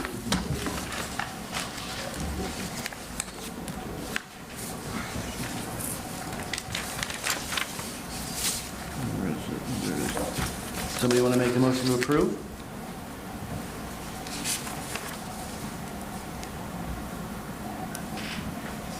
I'll make a motion to approve the September 21st, 2022 meeting minutes. You have a second? I'll second. All those in favor? Aye. All right, next up, we will do the order of conditions for Island Grove. Oh, correspondence first. I didn't get a chance to look at it yet. Kathy, do you have those? I gotta go pull out my Additional- special ones, sorry. I'll actually make copies of them for you guys so you can read them, because it'll probably be, it's only 2 pages, so I'll be right back. Okay. Or if you want to just read them off, Kathy.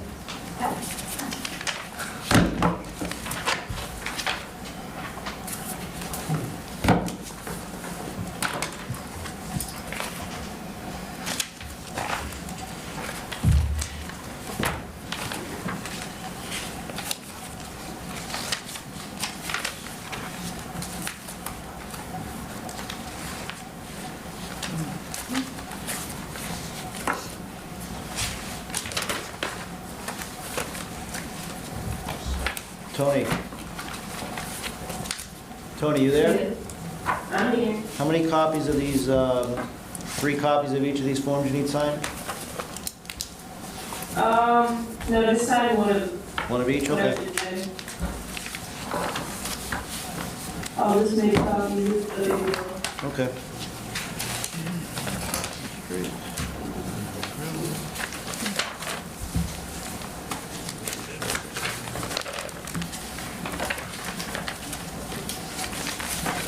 I'll leave the 154 Brockton Ave in the green folder. Thank you. Or I'll leave them all in the green folder, anyways.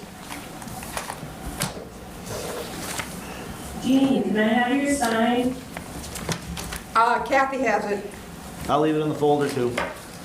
Thank you.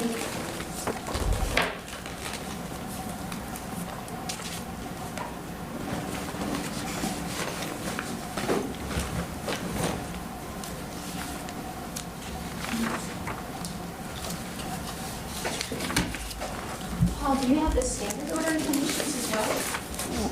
No, I mean, there was nothing, when you guys did Ames Knoll, you guys didn't do anything from there. Oh.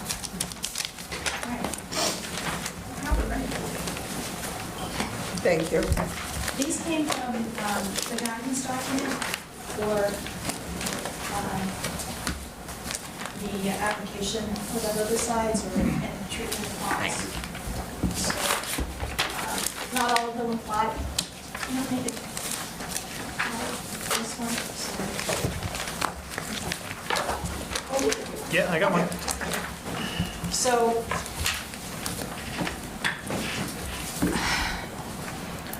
So I guess the first thing we want to do is the signage. Right. Do we want to tell them where they're going to put the signage, or give us a plan where they plan to put the signage? I think we should say, they should give us a plan, where to put the, give us a plan and the design of the sign, Yeah. and have us approve it. Yep. Does that make sense? Yeah. Okay.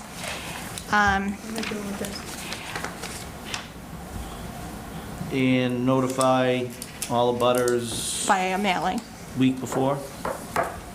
Yes. And then what do we do about social media? Or, I'll talk to Tony and figure something out. See how we want to handle it. Like I said, I know people are going to see signs that say chemicals going in. We want to However write they- something to explain what we're doing. Yeah. Yeah.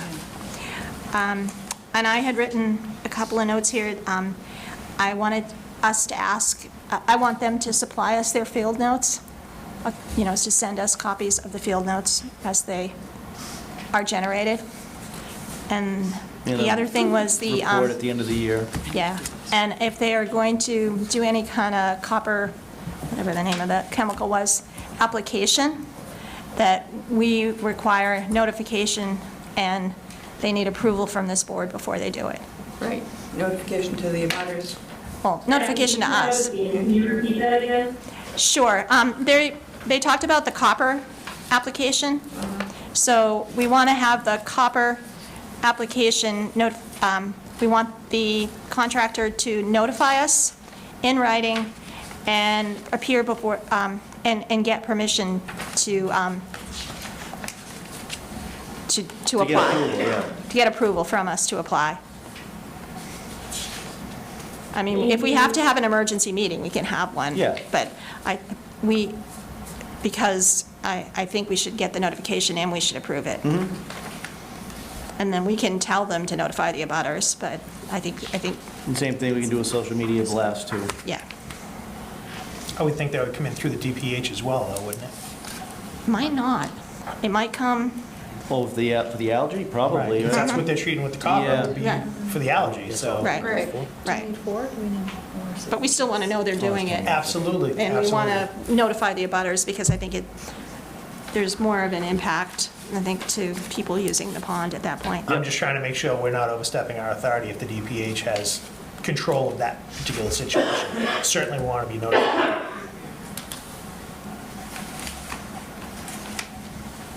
Okay. So then, this was a sample order of conditions. Not everything applies because some of it's dredging and hand removal of the weeds. But,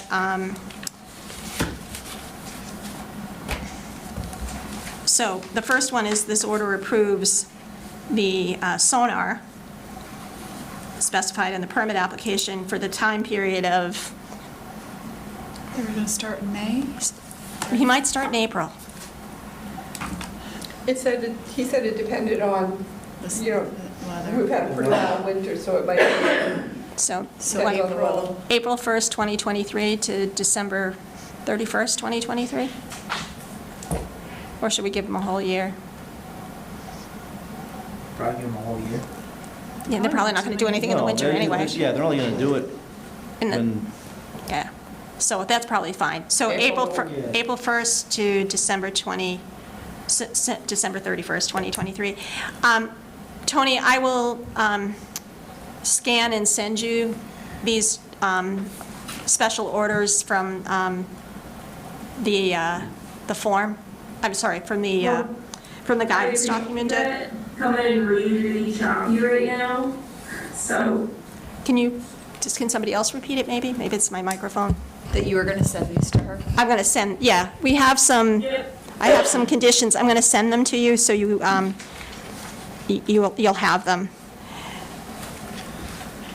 Thank you. for the 4/1/23 to 12/31/23, what if they have to go back in next year? Do we want to give them, I mean, I don't have a problem giving them longer at all. Why don't we just go to 2024? I know CPA, because we're on CPA, gave actual funding to go through for 2 years. So why don't we just do that? Yeah, why don't we go to 2024, and then they don't have to come back. So April 1st, 2023 through December 31st, 2024. Okay. So the next one, we are not doing a wildlife habitat, so it doesn't apply, number 2. Number 3, they definitely have to get that permit, and we should require it, so that's fine. Number 4 applies. I don't think that's basically, it has to be approved by the state, what they're using. Number 5, we don't need. Number 6, we don't need. Number 7, we need. If there's a fish kill, they need to tell us. Number 8, we need. That's for them handling their boats and equipment, that they move it outside the 100-year floodplain. 100-year buffer zone. What did I say, 100-year? 100-foot. I knew something was wrong. And that they need to respond if there's an issue. And that goes on pretty long. And I don't know that, They mentioned in their thing that they were going to be washing it off-site and. right. So this tells them to go. And then I think the next one that applies, 9 doesn't apply, 10 applies. They got to get a certificate of compliance. And if I recall, They're not doing 11 or 12, right? 11, 12, 13, 14,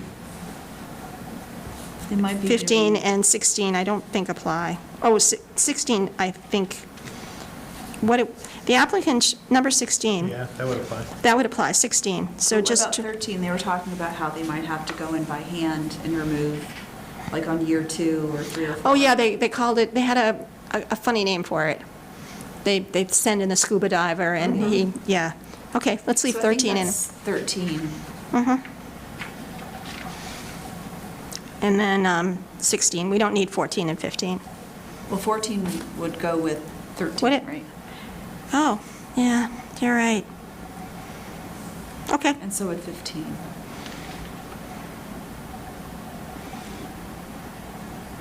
Yes, you need all of them. Yeah.